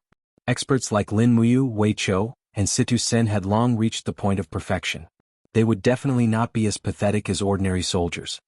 Jin Chong, another unknown person. Wei Chou frowned and said, "If I'm not wrong, he should be a god of the Northern Heaven Realm. What's going on with the heavens? Why do they keep sending down oracles to appoint demon gods? The righteous path is declining and the demonic path is flourishing. This is expected." Lin Muyu pointed to the clouds and said, "The sky is filled with demonic energy. After the reconstruction of order, the laws are also filled with chaotic energy. The power of the demon world now far exceeds the power of the righteous path. Moreover, killing to become a god is not difficult at all. The appearance of the demon god is also expected." "Will the demon world unify our 3 realms?" Situ Shui asked worriedly. "I don't think so." Lin Muyu was also not sure. She said, "At least I think so. The heavenly Tao will not allow the demon world to rampage endlessly like this. Those evil people can prove their Tao, so good people can also prove their Tao. It's just that the time is not right. Wei Chou frowned and said, the power of the demon gods is far greater than ours. Once the war starts, these two demon gods are bound to kill our compatriots. I'm afraid, the moment the heavens open their eyes, all of us who have the qualifications to prove our Tao and become gods will be killed. No, definitely not. Gods aren't invincible. Lin Muyu held the hilt of the Shenyuan sword and said, pass down the order. Speed up and reach Changyuan Island as soon as possible. My lord, you want to? Situ Shui blinked her eyes. Finish the war quickly. We can't let the people of the celestial pole continent continue to get the demon bodies. Wei Chou, Situ Sen, Fengshi, Ouyang Yen and the others were silent. Anyone could see that Lin Muyu's confidence was shaken. Yes, in this situation it was normal for her to be shaken. After all, Lin Muyu was a mortal, not a god. Greenstone Island, an island full of green, but the green was not the forest, but the color of the stones on the island. Although it was covered by snow, there were still many green stones that rendered the island full of vitality. In the middle of the island, tents had been set up, and the seaside was full of warships. In the camp, the Longdan army camp and Great Qin's purple Yinhua flag fluttered. In the central tent, Su Jiantao was ordering a group of military staff officers to make a sand table of the area around Greenstone Island. In the vicinity of 5 kilometers, there were other islands of different sizes besides Greenstone Island. The big ones were as big as Zetian Palace, and the small ones could be submerged by the waves at any time. My lord, here are all underwater islands which are the legendary submerged reefs. Our fleet must not pass through here or it will be destroyed. Okay, I got it. Continue to send small ships to survey. We must completely grasp the surrounding terrain. Yes. The staff officer turned and left. Another person hurriedly walked in. It was a captaincy of the Longdan army camp. He said hurriedly, Commander, the enemy has appeared. Oh, speak. We found a medium-sized warship 5 kilometers away. It appeared with the flag of the Kingdom of Shang. It should be the warship responsible for scouting in the celestial pole continent. Do we need to send large ships to destroy it with magic crystal cannons? There's no need. Su Jiantao waved his hand lightly and said, there's no need to use a butcher's knife to kill a chicken. Just send 2 ships out. Use the agility of the ships to avoid the enemy's firepower. Use the magic crystal crossbows to shoot the sides of the ships. After sinking the enemy, don't leave any survivors. Kill all the enemies in the sea. We don't want any captives? No. We're running low on rations. We can only last for 10 days at most. We don't have any food to feed the captives. Go and execute it. Continue to be on high alert. Yes, I understand. Chapter 1136. 3 days later, the fleet led by Lin Muyu arrived at Changyuan Island. This crescent-shaped island was simply a uniquely endowed harbor. The small boats were in front, and after scouting out the situation on the reefs, the warships docked one after another. Most of the ships anchored in the shallow waters and clustered around this safe haven of Changyuan Island. An army of 300,000 was no small number. In the blink of an eye, Changyuan Island was almost completely covered. Under Lin Muyu's orders, the soldiers found a mountain of potato chips in the cave. The spiritual flame division of the various battalions began to cook in the afternoon so that the soldiers could eat a good meal and recover their strength. By nightfall, over 100 cargo ships were transporting food from Changyuan Island to the garrisons of Greenstone Island and Eternal Wind Island. Unknowingly, the 3 great armies had already formed a triangular formation that was directly facing the celestial pole continent. The next morning, 2 more dragon riders appeared in the sky, but under the pursuit of Lin Muyu and the Xingtian army, not a single one was able to escape.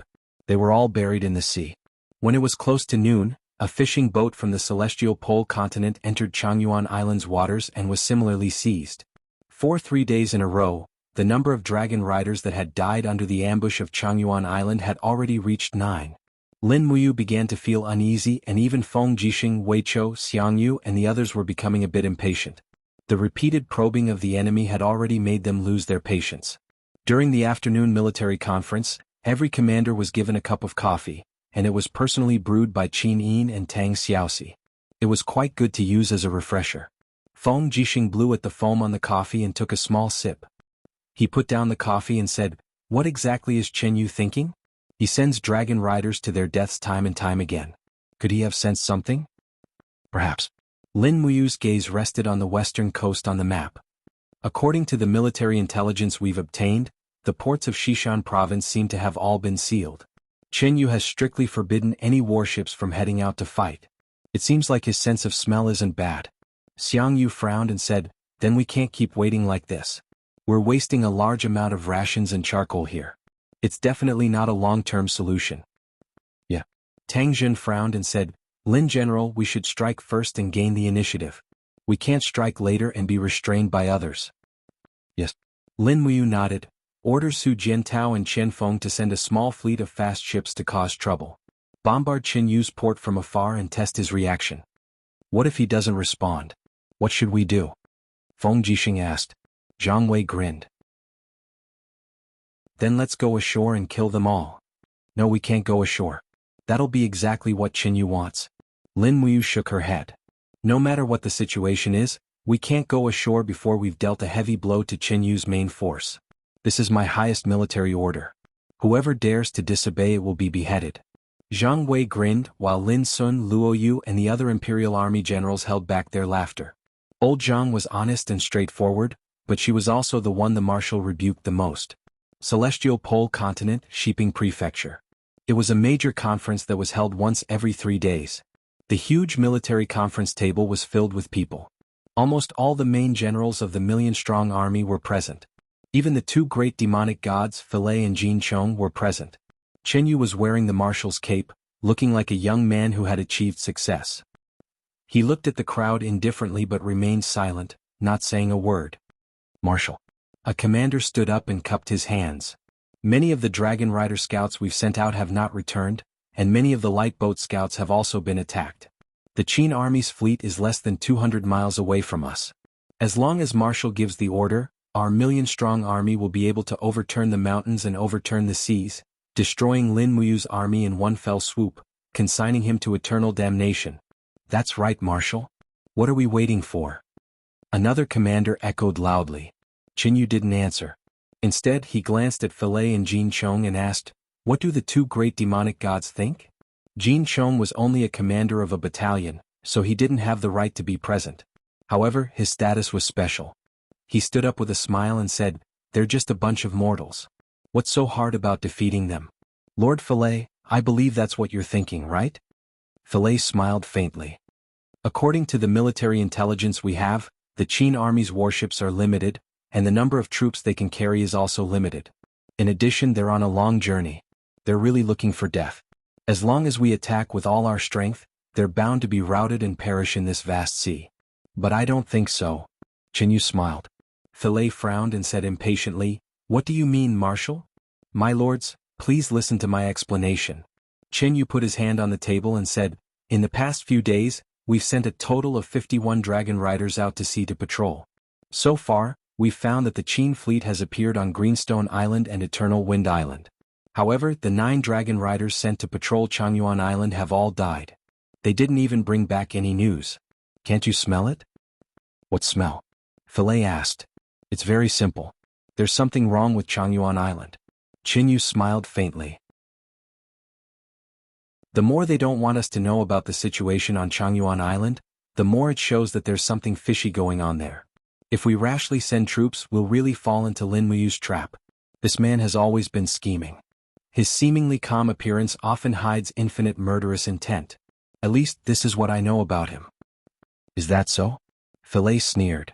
Then what's Marshal Chen Yu's plan to deal with the enemy? Defend. Chen Yu said, the 2 sides are far apart, and it will be very time-consuming and laborious to transport supplies. As long as we defend, the Qin army will collapse without attacking. Only by forcing them to land can the Northern Heaven Realms God Race army attack the battle formation and show their power. What do you think, my lords? So Marshal's brilliant plan is just to be a coward? Filei suddenly laughed. Many generals who were not convinced by Chen Yu also laughed. The kingdom of Shang was a reorganized empire. Naturally, most of the generals of the Blackstone Empire and the Tianji Empire would not be convinced by Chen Yu. They naturally fell to Filei's side and followed Filei's lead. In any case, they would not let Chen Yu have an easy time. Chen Yu's face turned white and red. He suppressed the anger in his heart and said, Emperor Shang conferred me the title of Marshal. I will put the interests of the empire first in everything I do. My lords have received the imperial edict of Emperor Shang to assist me. I hope that we can let go of the past and work together to defeat the strong enemy. So, Marshall is going to be a coward to the end? Philae's eyes were full of ridicule. I'm not a coward, I'm just defending. Whatever. Philae stood up, brushed the dust off his sleeves and said, since Marshall is determined to defend, I will go hunting in the forest south of the city. I hope that the day the Qin army comes ashore, Marshall will not be scared out of his wits and still defend. Farewell. Philae directly left the conference hall. Jin Chong also stood up, cupped his hands and smiled, farewell. In the blink of an eye, more than half of the generals in the conference hall had left, leaving only a dozen or so people sitting there in silence. Sigh. Qin Yu slumped on the marshal's seat. His face was full of exhaustion.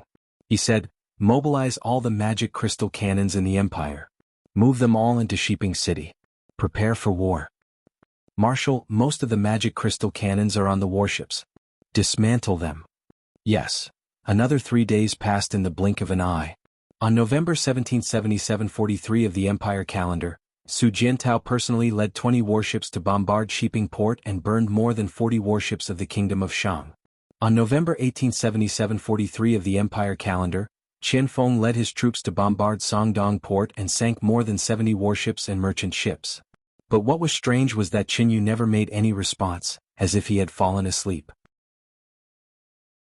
This made Lin Muyu sleepless all night, and his eyes almost turned red. No matter how the Qin Empire provoked him, the keen Qin Yu did not seem to fall for it at all. On the morning of the 19th, Lin Muyu just drank a bowl of soup and immediately went to the marshal's tent to deal with military affairs. The troops of the 3 major islands added up to a total of 450,000.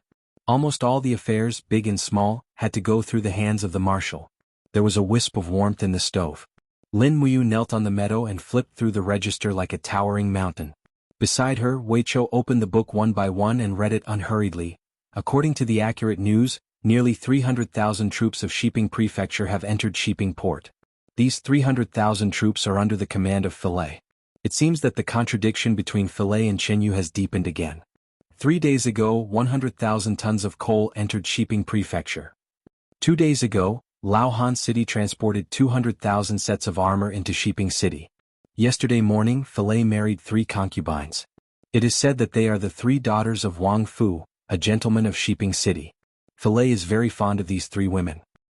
Late last night, Philae and Jin Chong brought people to make trouble in Shiping Prefecture again. They are very dissatisfied with Qin Yu.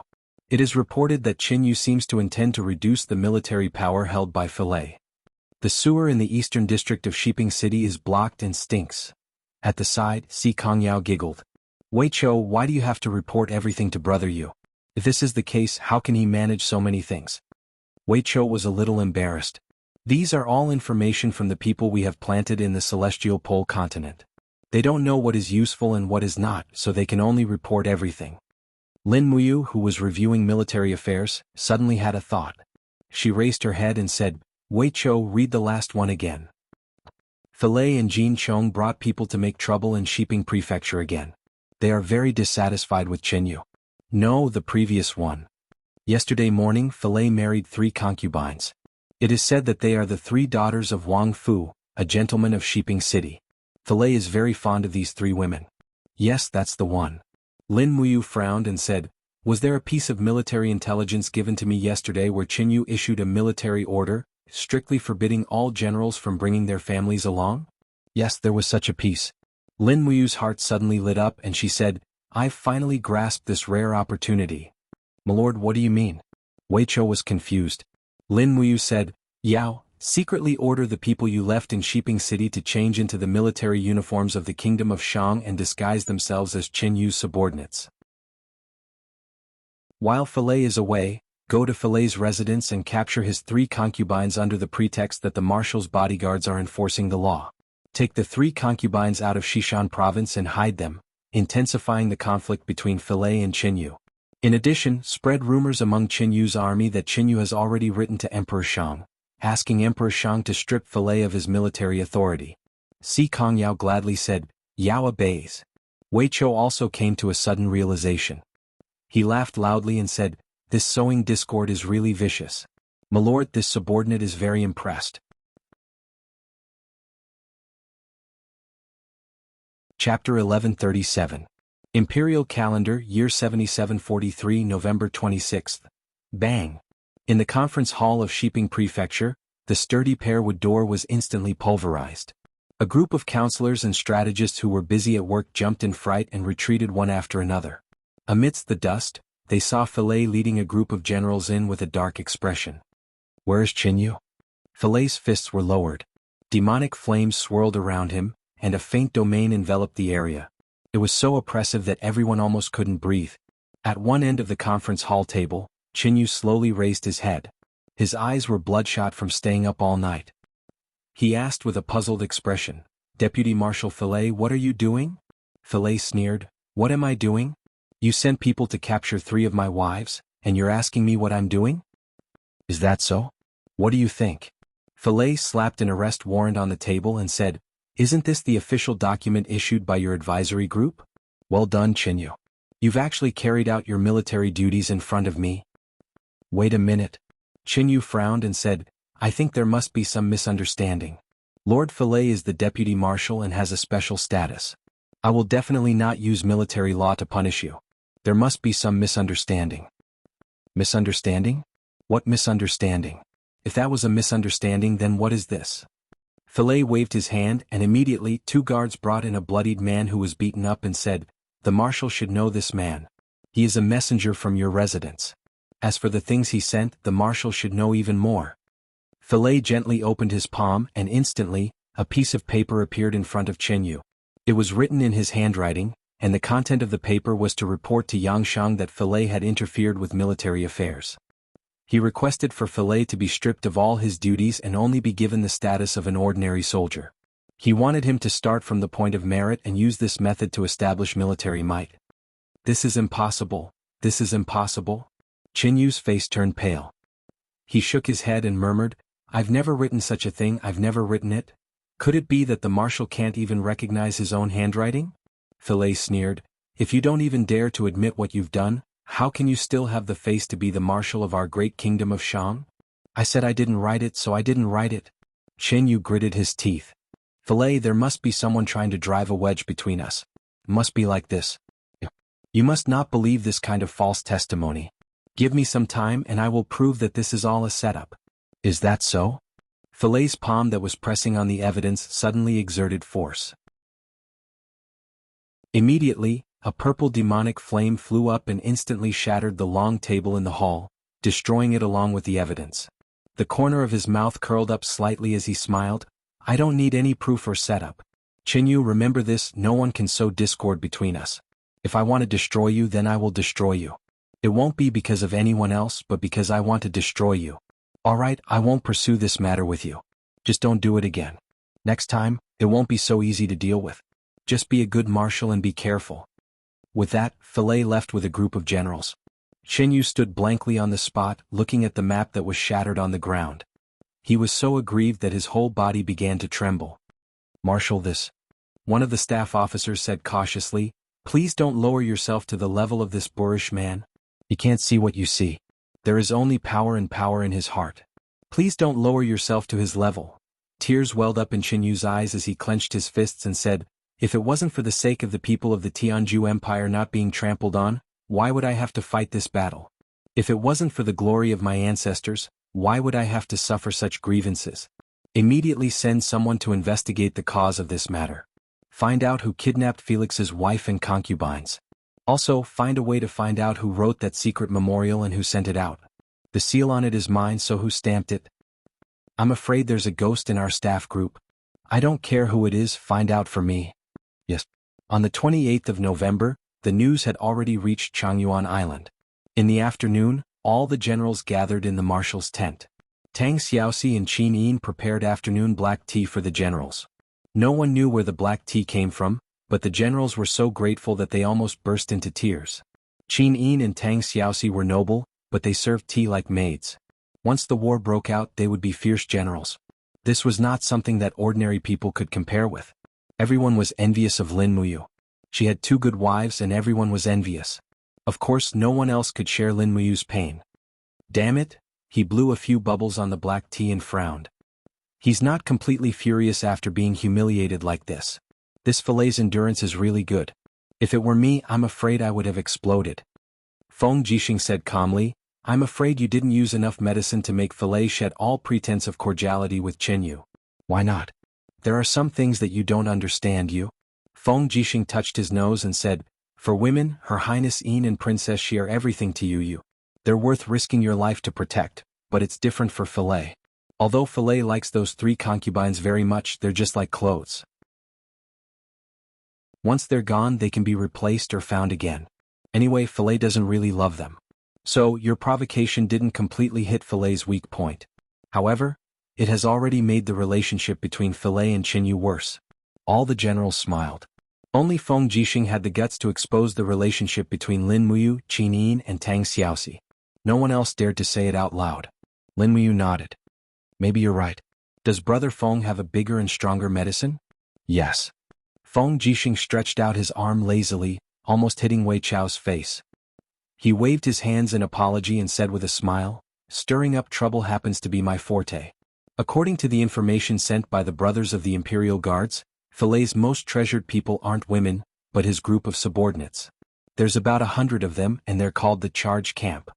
These people followed Filet from the Heaven Realm to the Mortal Realm. They're loyal and devoted to Filet, and they're as close as brothers.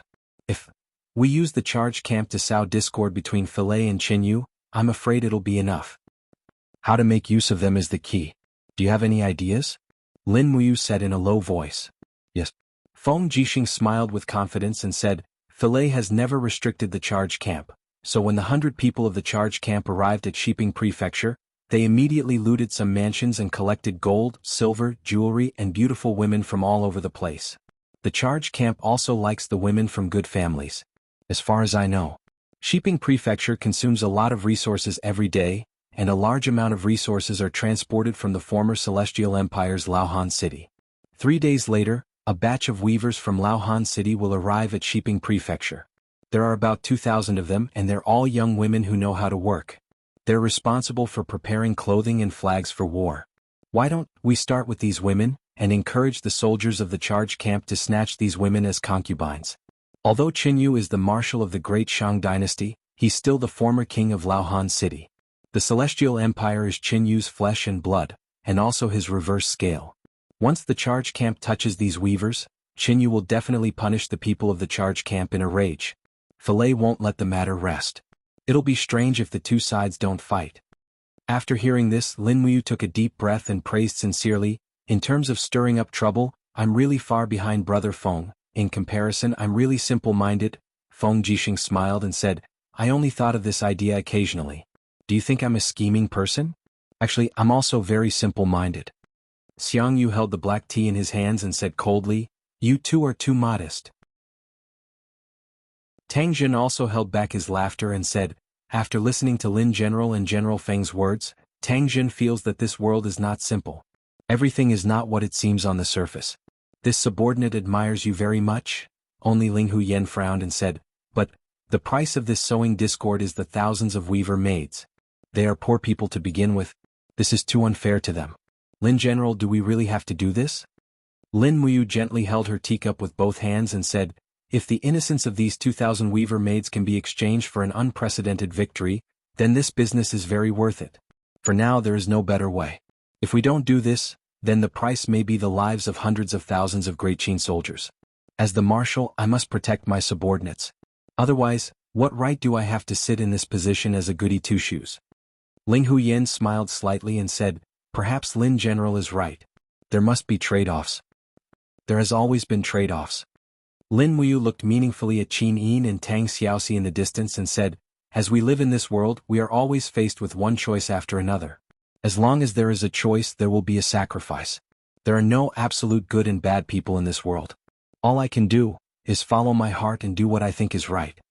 Feng Jixing stood up and tucked the golden helmet under his armpit. He said with a smile, don't be such a busybody. Those who achieve great things should not be bothered by trifles. If we have decided to do this, then I will immediately start planning. I'm afraid it will be too late. Once those weaver maids enter the city, everything will be over.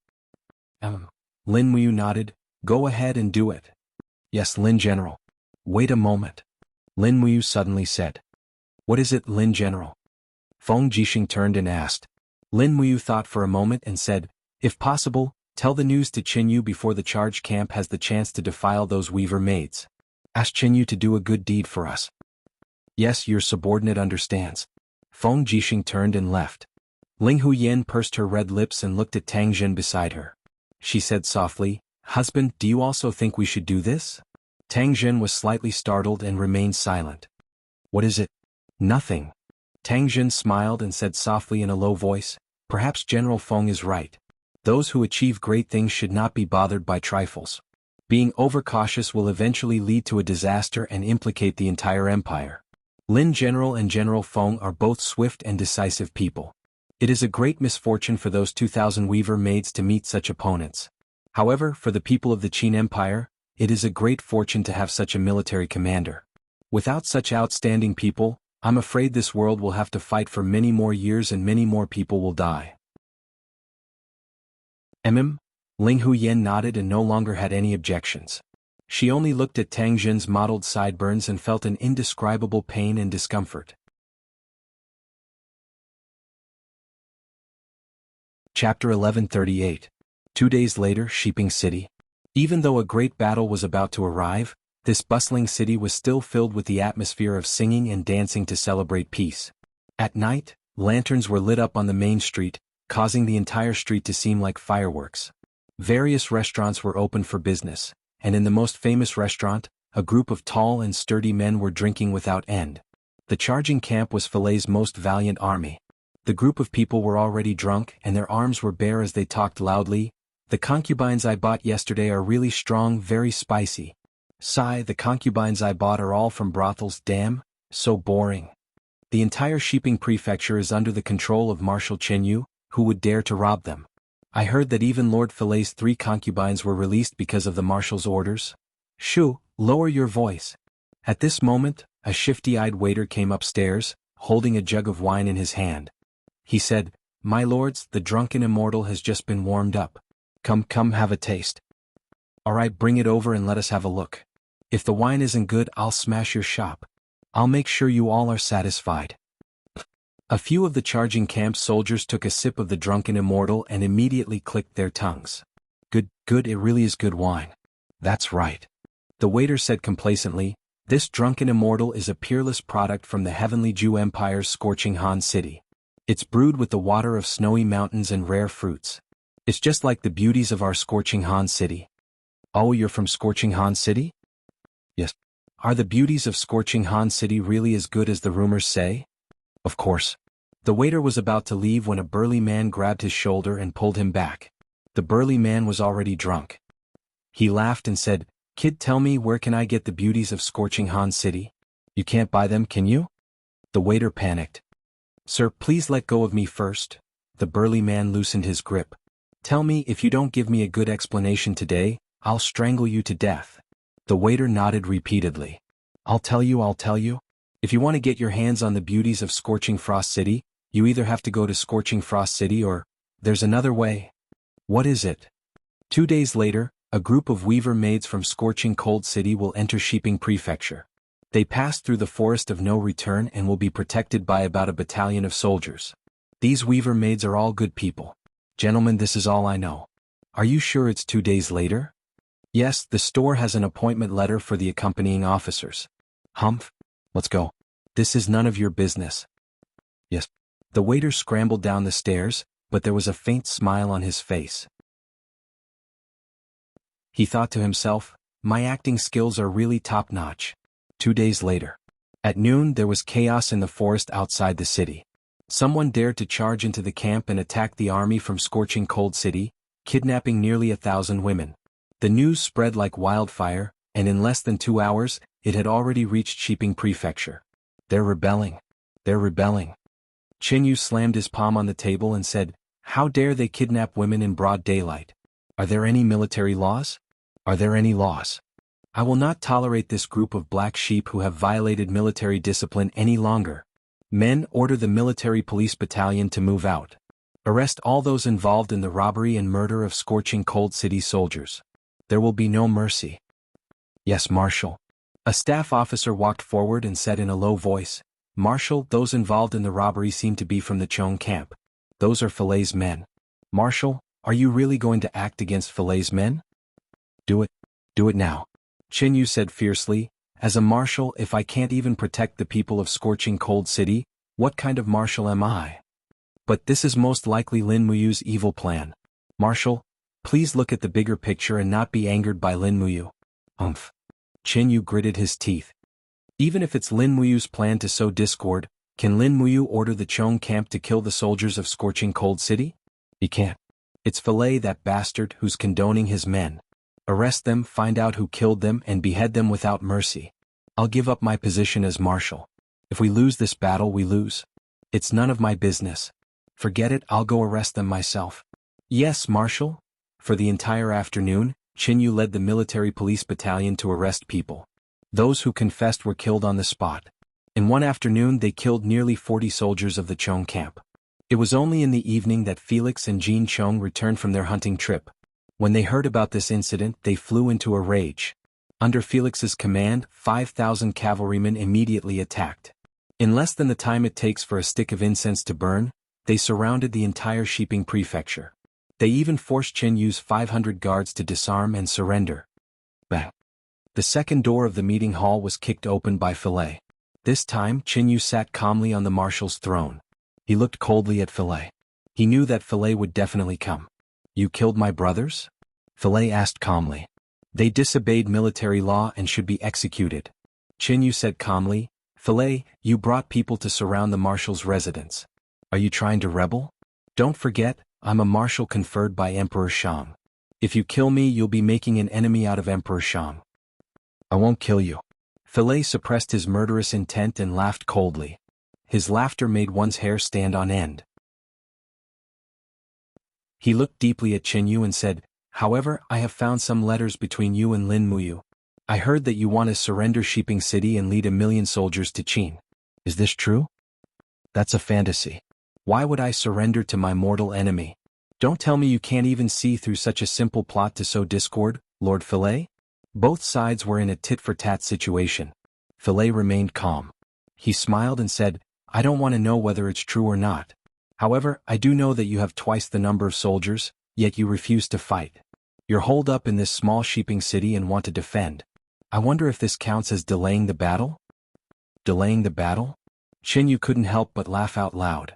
Filet, you keep saying that I'm delaying the battle, but do you really understand the art of war? Demonic flames revolved around Felix's body as his aura pressed down, causing Qin Yu's entire body to tremble. Felix lowered his head and stared at Qin Yu as he faintly said, Marshal, since you don't dare to fight, how about letting this subordinate take your place to command this battle? You'll be delaying the Shang dynasty. Is that so? Filet laughed coldly. Why don't we make a bet? What bet? I'll lead the attack. I, Filet, will let you, Qin Yu, know the power of my army. I'll let you know how weak the enemy is. If I, Filet, win this battle, you'll hand over your military power. If I lose, I'll hand over my military power and willingly listen to your commands. What do you think? You underestimate Lin Muyu. Qin Yu couldn't help but laugh. Good.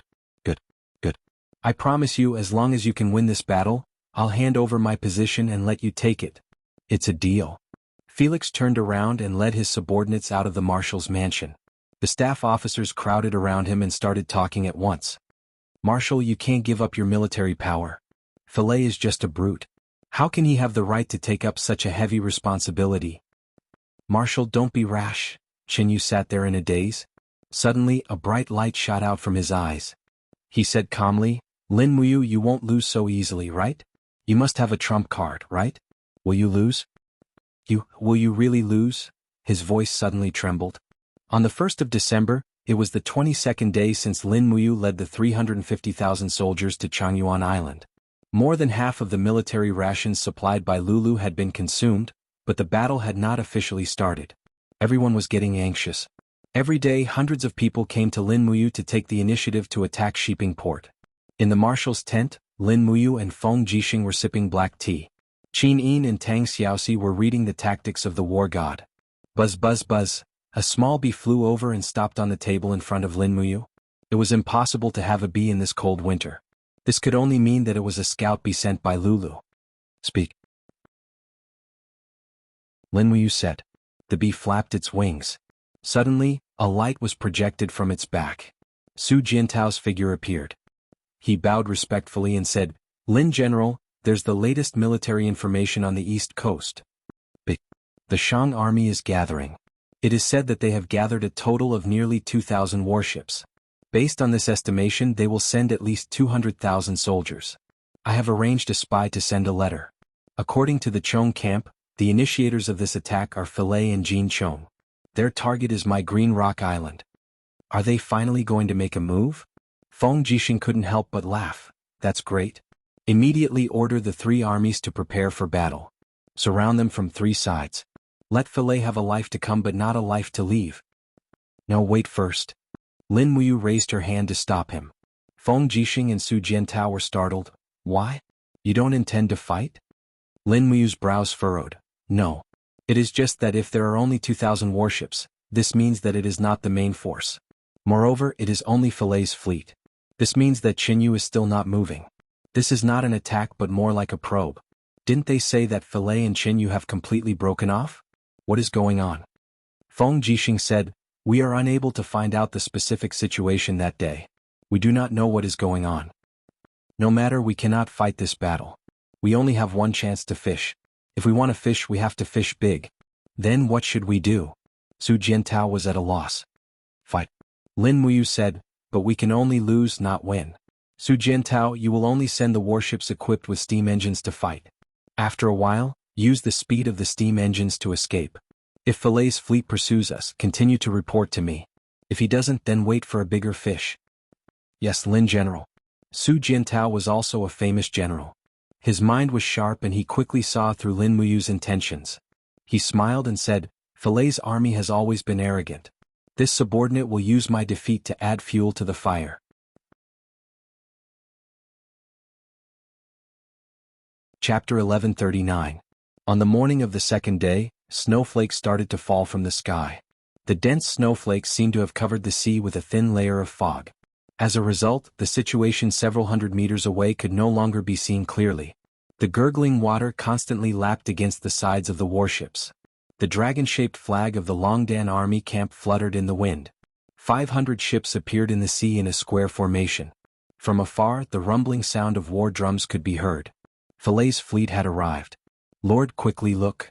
The deputy general pointed into the distance. Su Jiantao squinted his eyes. His gaze pierced through the curtain of snow. About 600 to 700 meters away, he could vaguely see the traces of the Celestial Pole's land warships. They were actually so close. "The enemy is about to enter the firing range of our magic crystal cannons. Should we attack now?" the deputy general asked. "No." Su Jiantao shook his head. "Let them get closer. The magic crystal cannons of the Shang army are all passed down from the 3 empires. Most of them are crudely made and their effective firing range is not more than 600 meters. Let them open fire first before we retaliate. Beat the drums and relay the order. The warships on both sides are to move closer to the center and cover the flagship. Don't let the flagship be completely exposed to the enemy's firing range." "Yes, Lord." The rumbling sound of the war drums could be heard. The flag bearers on the observation deck of the flagship were also waving their flags to the surroundings. However, the curtain of snow was very thick. The other warships might not be able to see it clearly. They could only coordinate with the sound of the drums. In the fleet of the Shang army, 2,200 warships were spread out on the surface of the sea, stretching for nearly 5 miles. They were approaching the Shang army at high speed, as if they were going to swallow the Shang army whole. Their flagship was a warship wrapped in black iron sheets. There were countless archers on the warship, and it was also equipped with 2 excellent magic crystal cannons. Those were the heavy cannons that the Tianji Empire's army had seized from the Lingdong province. Filei sat on a huge chair with a sharp sword in his hand. He looked into the distance and said, "Observer, report back to me how many warships and soldiers they have." Reporting to Vice Commander, "I can't see clearly. The snow is too heavy. However, the sound of the drums is very dense. There should be quite a number of soldiers. Furthermore, the flag of the enemy is the flag of the Longdan army camp. They should be Lin Muyu's main force if they dare to fight us." Lin Muyu's main force. Filei couldn't help but laugh out loud. "Beat the drums, full speed attack. Order the warships on both wings to advance at full speed, outflank their formation and form an encirclement. Today I will make Lin Muyu and Feng Jixing die without a burial. Yes. The drums grew louder. The sailors pushed the oars with all their might, and the ship moved forward quickly. At the same time, the huge cannons in the snow curtain pointed forward and spat out fire. For a moment, purple mushroom clouds rose up from the sea in the distance. Some of the heavy cannons even hit their targets directly, causing the warships of the Longdan army camp to collapse instantly and sink rapidly. Ah, that's it. Full speed ahead attack. Jin Chong raised his spear and stood next to Fillet. He laughed loudly and said, "This time, we will let that coward Qin Yu know how weak his opponent is." A group of soldiers on the flagship raised their weapons and cheered. For a moment, the morale of the Shang army's fleet soared. Boom, boom, boom. In the distance, the warships of the Longdan army camp finally returned fire. In just one volley, a dozen of the Shang army's warships had been hit by the cannons and caught fire. Some even had their ammunition depots destroyed, and the magic crystal cannons detonated, instantly shattering into pieces and sinking. "Move faster." Fillet roared angrily. Jin Chong narrowed his eyes and said, "It seems like we can't catch up, Vice Commander. These cowardly Qin army warships seem to be retreating? They are only using their tail cannons to bombard us." "Damn it, I don't care that much." "Yes." A captaincy at the side said anxiously, "Vice Commander, many of our warships have been hit by the cannons and are sinking. Should we stop and rescue those soldiers who have fallen into the water?" "Stop what? Let the warships at the back go and rescue them. The first warships, continue forward and chase after the enemy."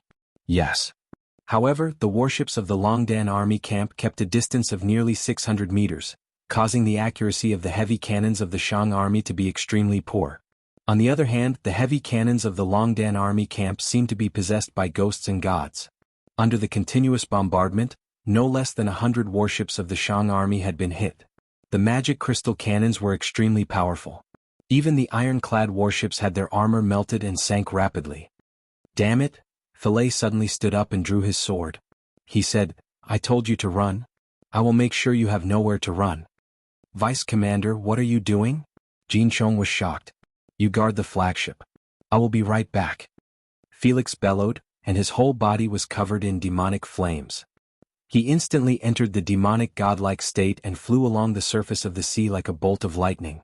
His long sword buzzed and trembled, and the biting cold sword chi that was filled with demonic chi instantly bombarded the rear of a battleship of the Valiant Dragon Battalion. Immediately, the deck of the battleship collapsed, and 2 medium-sized magic crystal cannons were instantly torn apart. The entire tail of the battleship also disappeared. "Haha, come!" Fillet didn't stop and charged forward. The demonic flames spread out on the surface of the sea. He began to use his domain power to control the direction of the ocean current. Instantly, a 3-meter-tall wave cut off the retreat of the Longdan army camp's fleet. The huge wave swept over and pushed the warships towards the Shang army's fleet. At least 100 warships were in danger. "All of you die." Fillet's eyes glowed fiercely. His entire being was filled with hostility. "Archers, aim and fire. Magic crystal cannons, aim at that person." The nearby Longdan army camp warships turned their cannons. In the next moment, arrows rained down on Fillet's protective aura. What was even worse was that the magic crystal cannons fired more than 10 consecutive shots at Fillet's position. For a moment, purple light soared into the sky and exploded a huge whirlpool on the surface of the sea. However, Fillet wasn't hit. His flying speed was too fast. The sword in his hand carried an awe-inspiring glow as he pounced towards the flagship of the Longdan army camp, the warship with the bronze tiger standing on its bow. "He's here." The people on the flagship were shocked. Only Su Jiantao remained calm.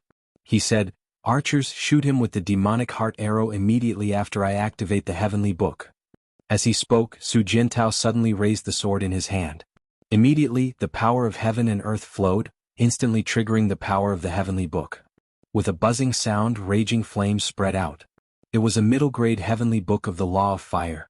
However, what Su Jiantao didn't expect was that Fillet's figure suddenly disappeared midway. The next moment he appeared less than 3 meters away. "Commander, be careful." A figure quickly appeared in front of Su Jiantao. It was Nangong Lai, one of the top experts of the Dragon League. He was also one of the experts who maintained the cultivation of the Sanctuary Realm. The sharp sword in Nangong Lai's hand surged with the king's combat flame. He slashed at Fillet's long sword head-on. Get lost. Filet's strength was too domineering and vigorous. With a bang, the two swords collided. Nangong Lai's longsword was actually knocked out of his hand, and his body flew out like a cannonball. With a bang bang bang sound, he crashed into countless wooden boards and cabins, lying in a mess in a sorry state. If Nangong Lai had half of his cultivation in the past, it would be enough to suppress Filet. Unfortunately, the righteous path had declined, and most of Nangong Lai's cultivation had also disappeared. Faced with the dense arrows around him, Filet suddenly swung his sword, instantly killing several nearby archers.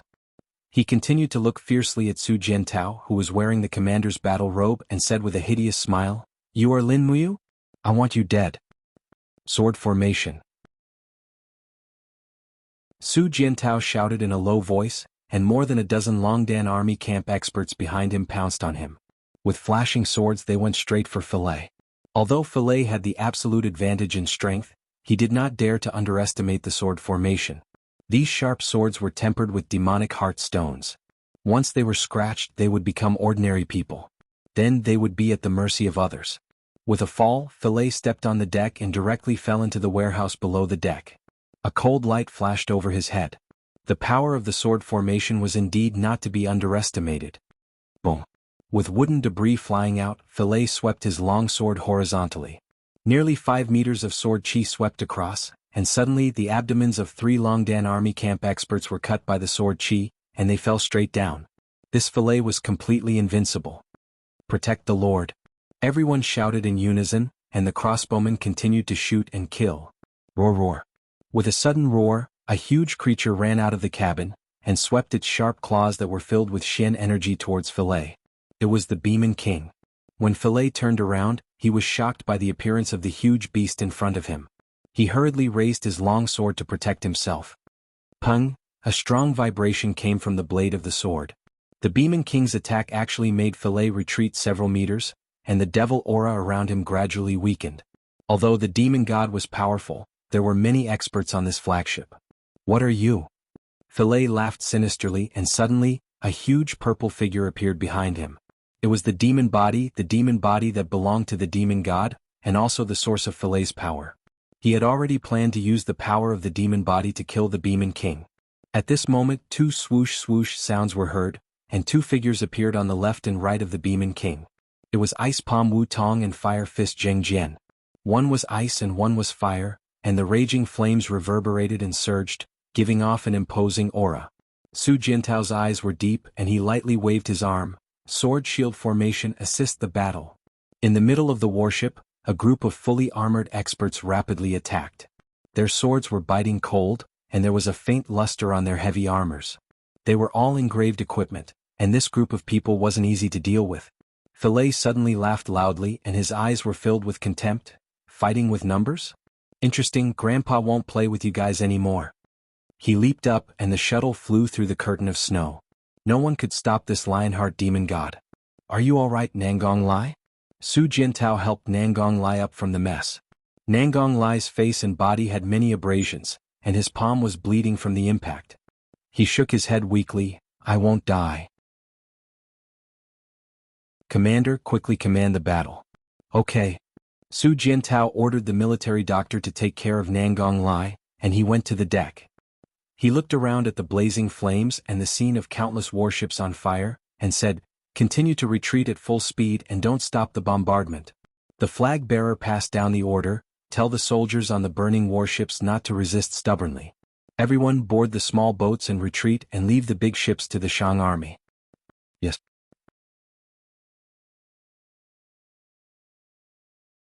Chapter 1140. After close to 2 hours of bombardment and pursuit, under the gloomy dark clouds, the sea was illuminated by the flames of war. The entire battlefront stretched for close to 10 li. Everywhere were burning and sinking warships, as well as soldiers struggling in the sea. The waves surged, dragging lives into the depths of the sea. No matter how tragic the human battle was, the sea still maintained its grace and ruthlessness. Boom! With a precise artillery strike, another Shang army warship in the distance was blown into two. The hull of the ship sank rapidly, and the soldiers' cries for help rose one after another. Retreat at full speed. Su Jintao's arm was injured by the bombardment. Holding onto the injured part, He gazed into the distance and said, "We can't let the enemy fleet chase after us like this. Otherwise we will be devoured. Retreat at full speed. Order the steam-powered warships to increase their speed to the maximum." Yes. Amidst the rumbling sounds, the propellers at the bottom of the ship rotated rapidly, bringing the warships away from the Shang army's bombardment area. It was close to noon. Su Jiantao looked around. The remaining Imperial warships were retreating quickly. Many of them were damaged and some were even on fire.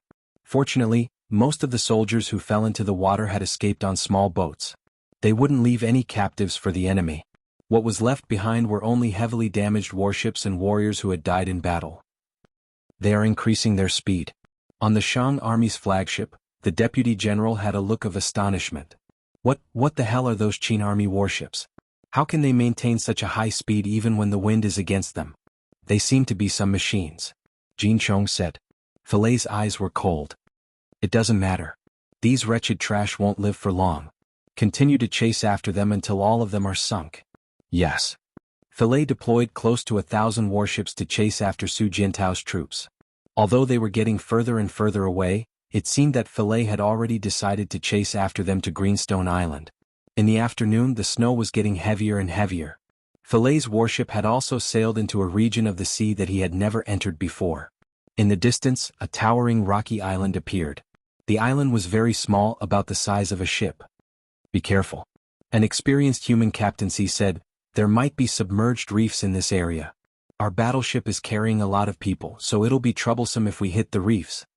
Jin Chong said, "The Qin army's warships passed by here, what are you afraid of? If they can pass through, so can we. Don't be afraid, continue to chase after them." Yes. Just as he finished speaking, a warship about 100 meters away suddenly stopped with a bang, and then began to sink slowly. The soldiers on the ship screamed in fear. Sure enough, they had hit the rocks. Soon the second, third, and fourth battleships appeared. The entire fleet fell into chaos. There were many reefs in the water and no one knew how many there were. "Your Excellency Filet, we can't continue to pursue them. Otherwise I'm afraid we'll all be buried here. This is the sinister plot of the Qin army. They deliberately led us here. Why didn't they hit the reef? Maybe they left some kind of mark? A bunch of good-for-nothings. Why didn't they survey the terrain of the sea in advance?" Captaincy was speechless. "Retreat." Filet looked angry. "Retreat, go back to the port. Take our captured warships and trophies, go back to the port." Yes. After nightfall, dragging the heavily injured warships of the Qin Empire back to the port of Shiping, Filet's troops showed off their strength. No matter what the losses were, at least this time the Qin Empire's army fled. Yu Shu sent the news back to Shiping Prefecture. What? Qin Yu, who had just fallen asleep, sat up in shock. The Qin Empire's fleet was defeated. Yes. The staff officer outside the door said respectfully, "It was a crushing defeat." According to the statistics of the Military Service Office, Filet's troops sank nearly 200 enemy warships, captured 11 warships, 32 magic crystal cannons on the warships, and countless magic crystal shells. In addition, the army collected the corpses and got more than 1,000 corpses of the Qin army. In addition, it is said that most of the corpses have been swept away by the waves. The number of enemies killed in this battle should be more than 70,000. 70,000? 70,000? Qin Yu was stunned. After thinking for a while, he suddenly thought of something and suddenly punched the edge of the bed. He was so sad that he almost cried. "It's over, it's all over. Marshal, are you okay?" The staff officer was shocked. Qin Yu gritted his teeth. Lin Muyu will really be defeated. This despicable guy is so shameless. My God, how can there be such a trick in the world? Why? Marshal, it's over, it's over. The Shang dynasty is really over. Shiping Prefecture can't be defended anymore. Shiping Prefecture can't be defended anymore. Marshal, why do you say so? Qin Yu trembled all over and said, "Filet is already on his way back victorious. The first thing he will do when he returns to Shiping Prefecture is to take away my military power. How can we not be defeated by handing over millions of troops to this brute? With Filet's resourcefulness, even 10 Filets can't beat one Lin Muyu. Moreover, there are famous generals like Feng Jixing, Su Jiantao, and Chen Feng. It's over. Xishan province is finished. Marshal." The staff officer's eyes shone and he said, "Since Marshal has concluded that Filet is no match for Lin Muyu, why not preserve his strength? You should know, these soldiers are the heart of the empire. We can't let Fillet this brute lose them all. How do we preserve them? The staff officer smiled faintly. Among the millions of troops, close to 200,000 belong to the Heaven's End Corps of Scorching Han City. Marshal, while the Marshal's seal is still in your hands, why don't you issue a military order and order Huang Wanxin, the commander of this corps, to lead them out of Shiping City? Just say that a war has broken out between the Fire Element Province and the Forest of No Return with the demonic spirit race. Send Huang Wanxin to the demonic spirit race. This way we can preserve the original strength of the Heaven's End Corps. Moreover, if we are defeated, the responsibility will be on Fillet. It will have nothing to do with you. Good. Qin Yu's eyes lit up. I order you to do this overnight. The army must leave Shiping City before dawn tomorrow. Yes. After a night of hurried marching, the 200,000 troops of the Heaven's End Corps left Shiping City. This also resolved one of Qin Yu's worries. The next morning, Fillet and Jin Chong led the victorious army back to Shiping City. They ordered the commoners to line the streets to welcome them. It was extremely lively. In Shiping Prefecture, when Fillet, Jin Chong, and the others entered the mansion with a smug look on their faces, they saw Qin Yu leading a group of staff officers towards them. He held the marshal's seal in his hand and knelt on one knee. Lord Fillet is mighty. Qin Yu humbly admits defeat and requests to hand over the marshal's seal. From now on, the 800,000 troops of Shiping Prefecture will be under your command. Well said, well said. Fillet was a little carried away. He smiled and said, I did not expect the marshal to willingly give up his position. However, since I am the marshal, you will be my deputy marshal. From now on we will work together and serve Emperor Shang. Yes. Jin Chong frowned. Wait a minute, Marshal. Why is it 800,000 troops? Shouldn't it be 1,000,000? Oh, the day before yesterday the garrison of Huiyuan province fought with the demonic spirit race in the Forest of No Return and suffered a crushing defeat. The demonic spirit race led the demonic spirit race to counterattack Huiyuan province. Therefore, I sent Huang Wanyin to lead 200,000 troops to Huiyuan province to resist the demonic spirit race. After all, there is a large amount of military rations stored in Huiyuan City. We cannot lose them. I see. Jin Chong did not think too much about it. Qin Yu continued, Congratulations to the marshal for your victory. I heard that you killed 70,000 of Lin Muyu's troops, but how many troops did you lose? Felix furrowed his brows and said, About 30,000 soldiers and 150 warships were lost. That many? Fillet was a little displeased. How can there be no casualties in a war? Don't forget that we killed 70,000 enemies, and Lin Muyu's troops were originally only half of ours. If every battle is like this, I'm afraid that after 3 to 5 battles, Lin Muyu will have to fight on her own. The marshal is right. Qin Yu bowed his head and congratulated him, but his eyes were full of sorrow. How many 800,000 troops would be left in the hands of a brute like Fillet? No one knew. 2 days later the news reached Changyuan Island. The marshal's tent was filled with laughter. Feng Jixing laughed so hard that he almost cried. Damn, Su Jiantao only lost less than 2,000 men, was wounded and sank 39 warships. But Fillet said that 70,000 men died and 200 warships were sunk. What a joke. I've never seen such a shameless person like Fillet, haha. Wei Chou said, Since Fillet has already taken the marshal's seal, it seems that the general attack will be coming soon. Yes. Lin Muyu smiled meaningfully and said, Fillet needs to make a contribution. In 3 days he will definitely gather 1,000,000 troops to attack, and he will destroy Su Jiantao's troops on Greenstone Island. The opportunity we have been waiting for 27 days is finally coming. Tang Zhen, Xiang Yu and the others all became solemn. Please give the order, Lin General. We are ready. Yes. Lin Muyu thought for a while and said, We will divide our troops into 5 groups. Su Jiantao will lead the first group to lure the enemy in and bring the enemy's main fleet from Greenstone Island to Changyuan Island. Qian Feng will lead the second group to attack from Jiufeng Island and intercept the enemy's fleet midway. I will lead the third group with 200,000 troops and attack from the front. Feng Jixing will lead the fourth group with 100,000 troops and set off 1 day in advance from the south of Greenstone Island and cut off the enemy's retreat from the southeast. Commander Tang Zhen will lead 50,000 troops and set off in 2 days to the sea area 100 miles east of Jiufeng Island and wait for an opportunity. Yes. Everyone nodded. Only Tang Zhen was a little surprised. Marshal, you asked me to set off in advance. What is my mission? Wait for my order. Once Fillet's 800,000 troops leave Shiping Port, You must lead the fleet to bombard Shipping Port in half a day and seize the port. Completely cut off Filet's retreat so that they have nowhere to go. Yes. Tang Jin cupped his hands and nodded. He admired Lin Muyu from the bottom of his heart. It turned out that Lin Muyu had already planned everything. Si Kongyao sat on the side with her beautiful eyes full of charm. She silently watched Lin Muyu arrange the troops and felt indescribable joy in her heart. She really couldn't see through Lin Muyu. She couldn't understand what kind of person Lin Muyu was. How could she be so lovable? All girls wanted a hero in their hearts, and Lin Muyu almost completely met all the requirements.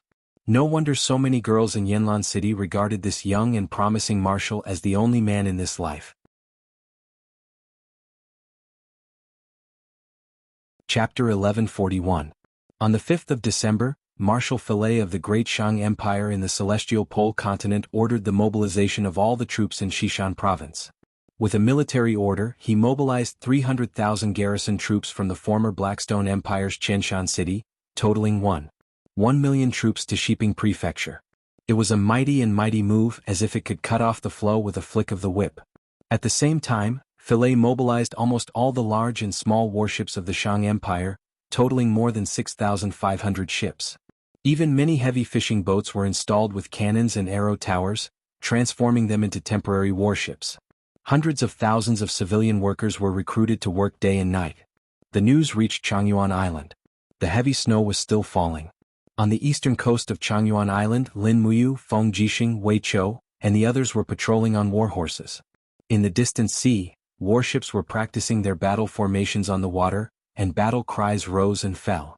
Filet has almost finished preparing everything. He'll definitely come in half a month, Wei Chou said. I've been waiting for him for a long time, Lin Muyu said with a meaningful smile. Feng Jixing patted the snow on his shoulder and said, "There's another piece of news. I don't know if it's true or not, but it should be true. Chen Yu secretly ordered his 200,000 Heaven's End Corps to leave Shiping Prefecture and go to Huyuan Province. This Chen Yu is really scheming. He should have seen through our plan, so he wants to preserve his strength. 200,000 Heaven's End Corps?"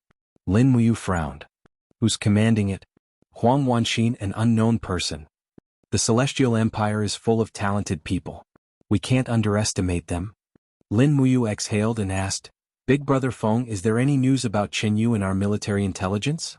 Will he continue to stay in Shiping Prefecture and fight on the sea with Filet, or will he leave?"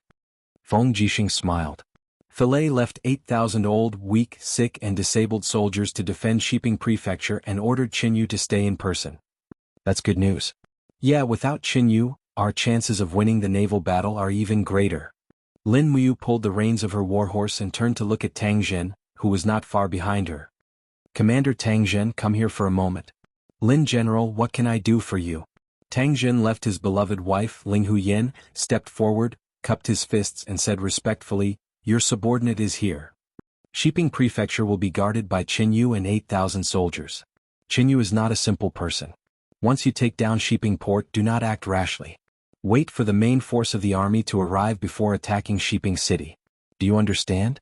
"Yes," this subordinate obeys. Ling Huyen also rode over. With a worried look in her eyes, she said, "Your Highness, the next time there's a war, please don't let my husband be the vanguard. He's already over 50 years old and he can't stand too many fierce battles and bumps. Please understand, Your Highness." She often couldn't change the way she addressed Lin Muyu as Your Highness you. Lin Muyu didn't know whether to laugh or cry. Ling Hu, in fact, Tang Jin's mission is the simplest and safest. With Filet's bravery and strategy, he will definitely stake everything on a decisive battle on the sea. The battle on the sea is the most dangerous.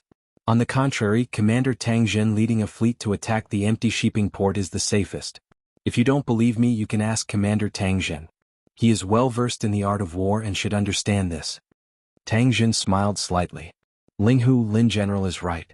Lin General is taking good care of me by giving me this mission. Of course. You are Shaoxi's uncle and one of the few important ministers of the empire from the era of Qin Jin the Great. I won't let you be cannon fodder. Lin Muyu grinned.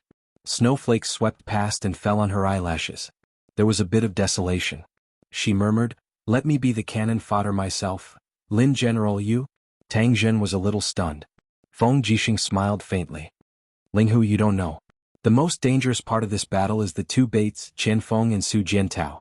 The second most dangerous part is the main fleet under Yu's command. After all, Filet has millions of troops. Even if those heads are pumpkins waiting for us to chop, it won't be easy to chop them off. Moreover, they will counterattack and bite us. Ling Huyan's shoulders trembled. Your Highness, I misunderstood you. I'm sorry, don't say that. Perhaps it was too cold. Lin Muyu shivered. Go back and rest early.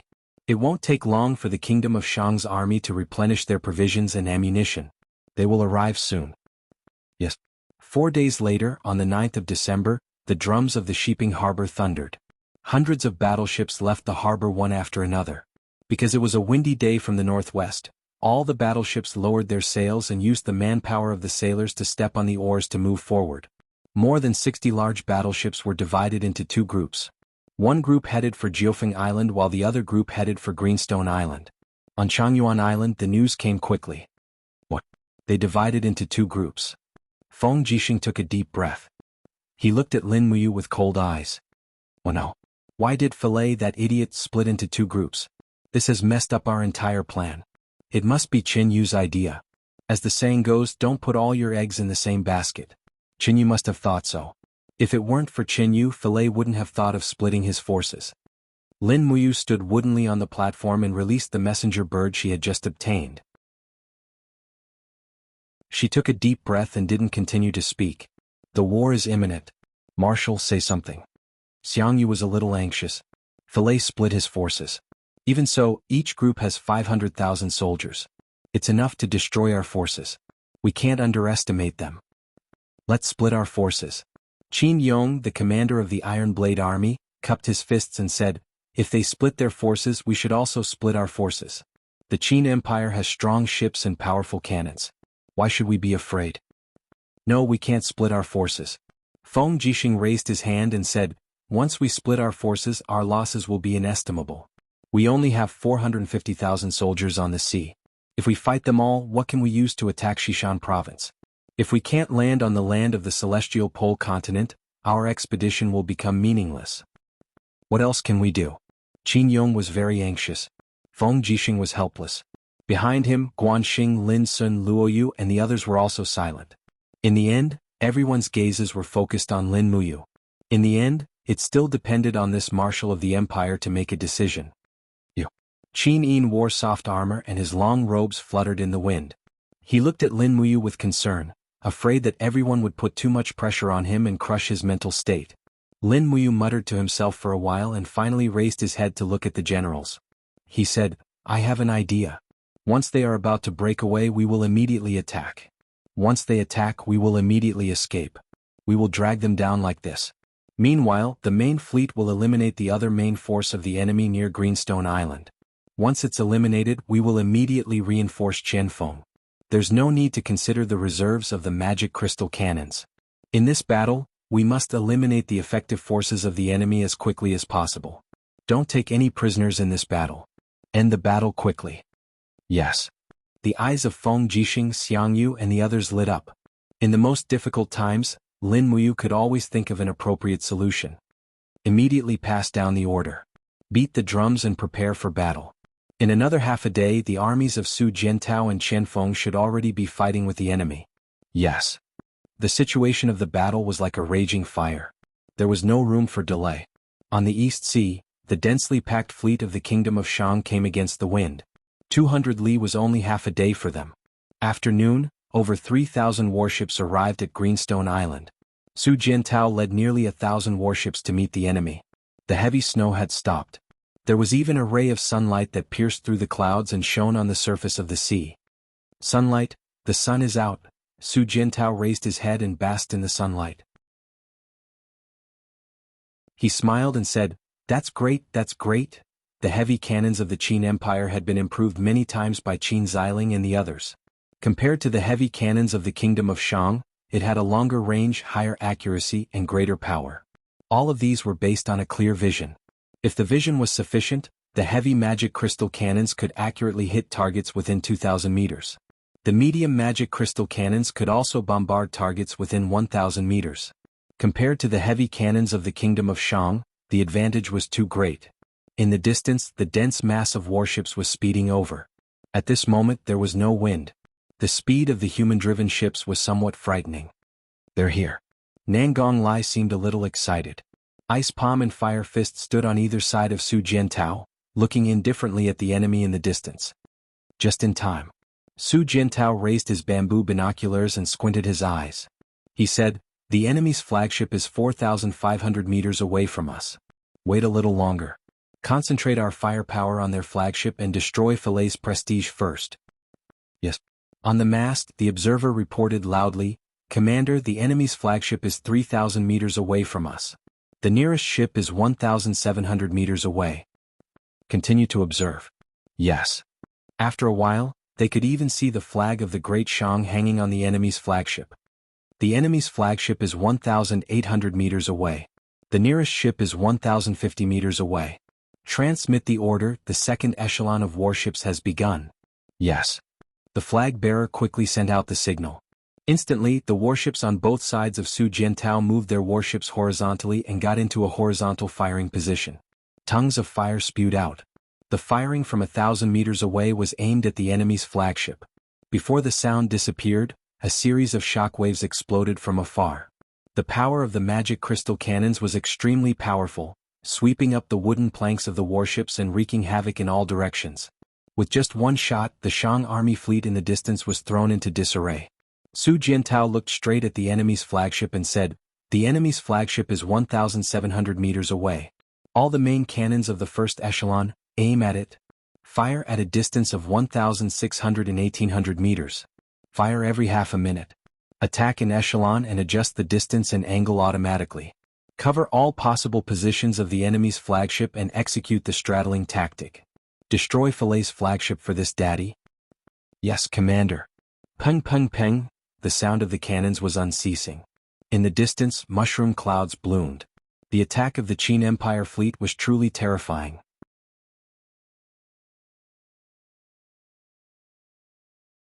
Chapter 1142. Boom boom boom. The shockwaves from the magic crystal cannons shot out hundreds of meters in front and behind them. Flames soared into the sky, and the battleships of the Kingdom of Shang were blasted into smithereens. Many of them sank, and most of them were injured by the shockwaves from the magic crystal cannons. They started to flood, and the Marines were crying for their parents. Jin Chong looked to the front and back with a cold gaze. "Marshal, we are being bombarded from the front and back." What are you afraid of? We are the flagship." Filet sneered. "I don't believe their cannons are that accurate. Continue to advance at full speed. Aim and use our cannons to retaliate."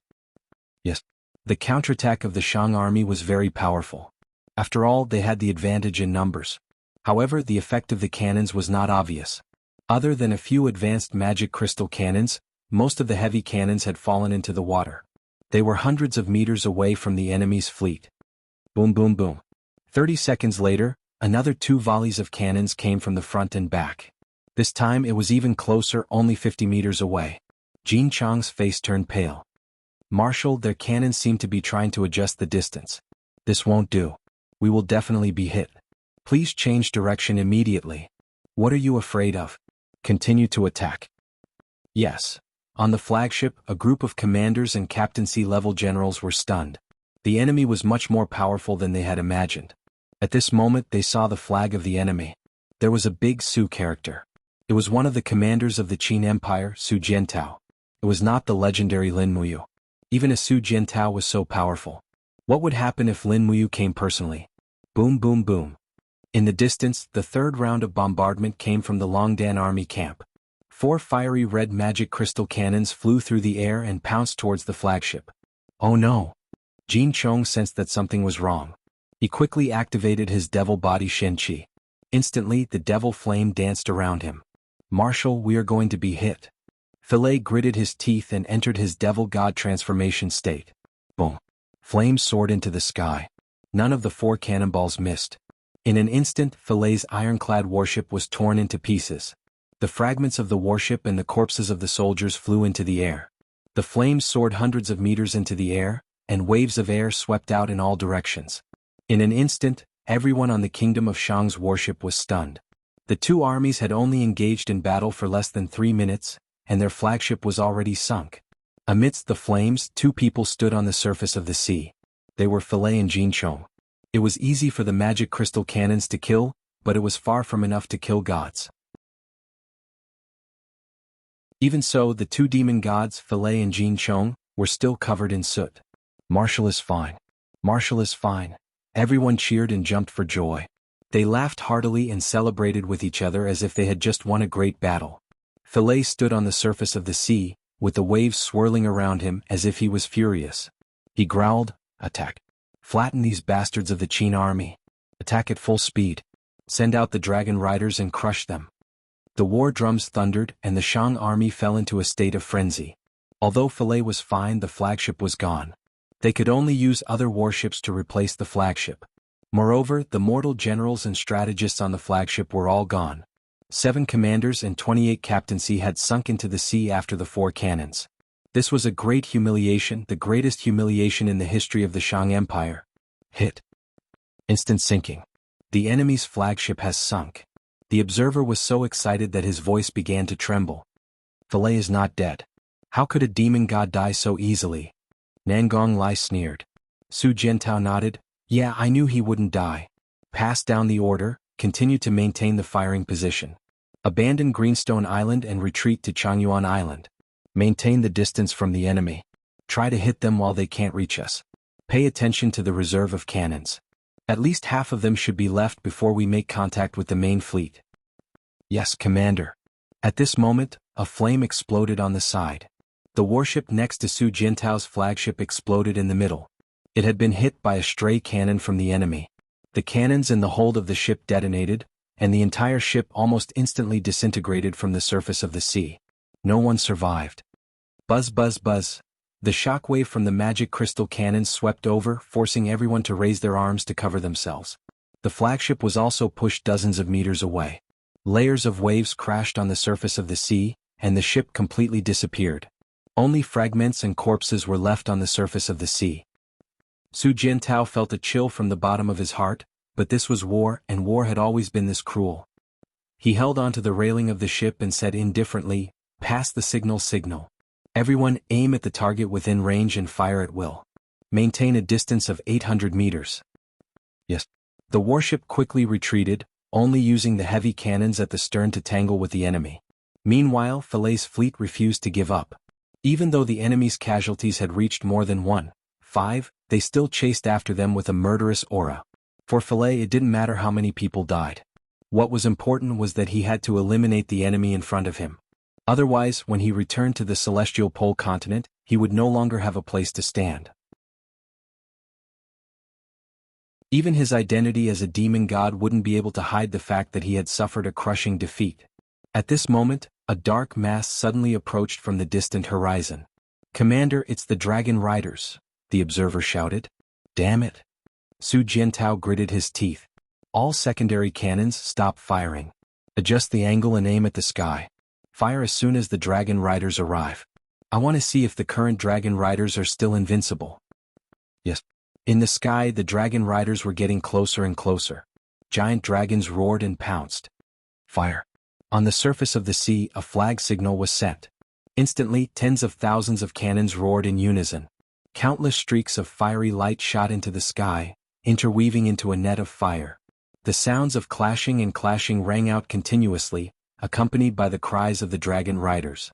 In the blink of an eye, dragon riders covered in flames fell from the sky into the sea like giant bats on fire. These were all dragon riders who hadn't comprehended the dragon imperial spiral. However, even more dragon riders swooped down, madly spitting out dragon's breath. They swept through Su Jiantao's fleet. Immediately, miserable cries rang out. Warships were set ablaze one after another. This was the true test. "Don't panic. Put out the fire," Su Jiantao shouted. "Raise your shields and defend against the enemy." Heavy crossbowmen used the dragon hunting crossbow. The dragon hunting crossbows were pushed out from the sides of the warships. Soon large nets shot into the sky. Any giant dragon caught in the net would immediately struggle and fall into the sea. Arrows rained down from the ships, continuously hitting the giant dragons' bodies. However, even more of the Empire's soldiers died under the baptism of dragon flames. In the surroundings, the warships began to catch fire. Su Jiantao's shoulders trembled slightly. Hatred surged out from his eyes. At least 100 warships were on fire. After this battle, He didn't know how many of his 50,000 brothers in the Longdan army camp would survive. Evil Dragon Riders. Fire Fist Jing Jian suddenly leaped up from the flagship and threw a punch from afar. Immediately, the energy of the Fire Fist landed on the abdomen of a giant dragon. The giant dragon let out a cry and fell into the water. Nangong Lai Wu Tong, the Beaming King, and the others also left the flagship and killed the dragon riders everywhere. Now they could only rely on these sacred-level experts to resist the dragon riders. Fortunately, the dragon riders weren't willing to stay after burning a large number of warships. They soared into the sky. After all, the dragon-hunting crossbows and magic crystal cannons of the Qin army weren't just for show. The dragon riders had already suffered significant losses. The pursuit went on for 30 miles. The number of warships under Su Jiantao's command was decreasing. Nearly a third of them had been lost. He unfolded the map, sweat dripping from his face. As if he was begging for mercy, he murmured, "We've arrived. Is these coordinates? Come out quickly.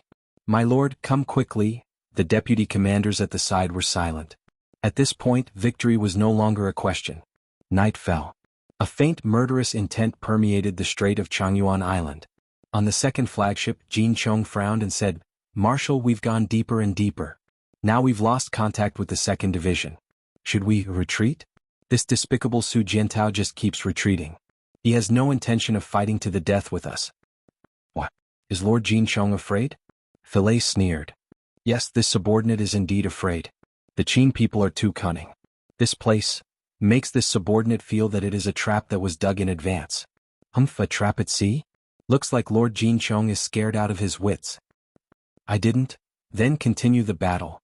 "Yes." At this moment, a soldier on the observation deck shouted, "Marshal, look to our east. There seems to be traces of the enemy." "What?" Everyone looked over and saw a bright light in the eastern sea region. It was the light of the signal lights on the warships. Soon more and more lights appeared, forming a dense patch. "Oh no, it really is an ambush."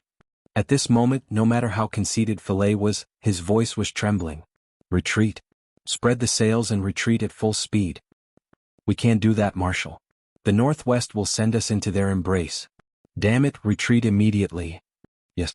But the order was too late. Cannons roared in the darkness, and a dense patch of magic crystal shells fell from the sky. It looked like a beautiful fireworks display. Boom, boom, boom. In an instant, countless warships were hit and light shot into the sky. In the consecutive artillery bombardment, the Kingdom of Shang's fleet had used up all their cannons, but the enemy was still fully loaded. The light illuminated the position of the Shang army's fleet, while the enemy was only floating on the dark sea. Lin Muyu, who was wearing a white cloak of the royal forest, suddenly pulled out the Xianyuan sword, pointed it at the distance and ordered loudly, "Continue the bombardment, attack when they are close, don't let a single ship escape." The sound of drums soared into the sky, mixing with the sound of cannons. Flames soared into the sky, and the enemy was in the light while they were in the dark. All the soldiers of the Shang army fell into despair and panic. They knew that the Qin people hated the massacre of the Celestial Pole continent. The hatred between the two continents couldn't be resolved, and this battle would be their last. You're tuning in to the Han Li's Wuxia Chronicles YouTube channel. We're so grateful for your support, and don't forget to subscribe to join us on this incredible journey through captivating stories. Your generosity through donations truly makes a world of difference, as it's the primary source of revenue that allows me to expand and enhance this channel for you. Thank you from the bottom of my heart for being a part of this adventure.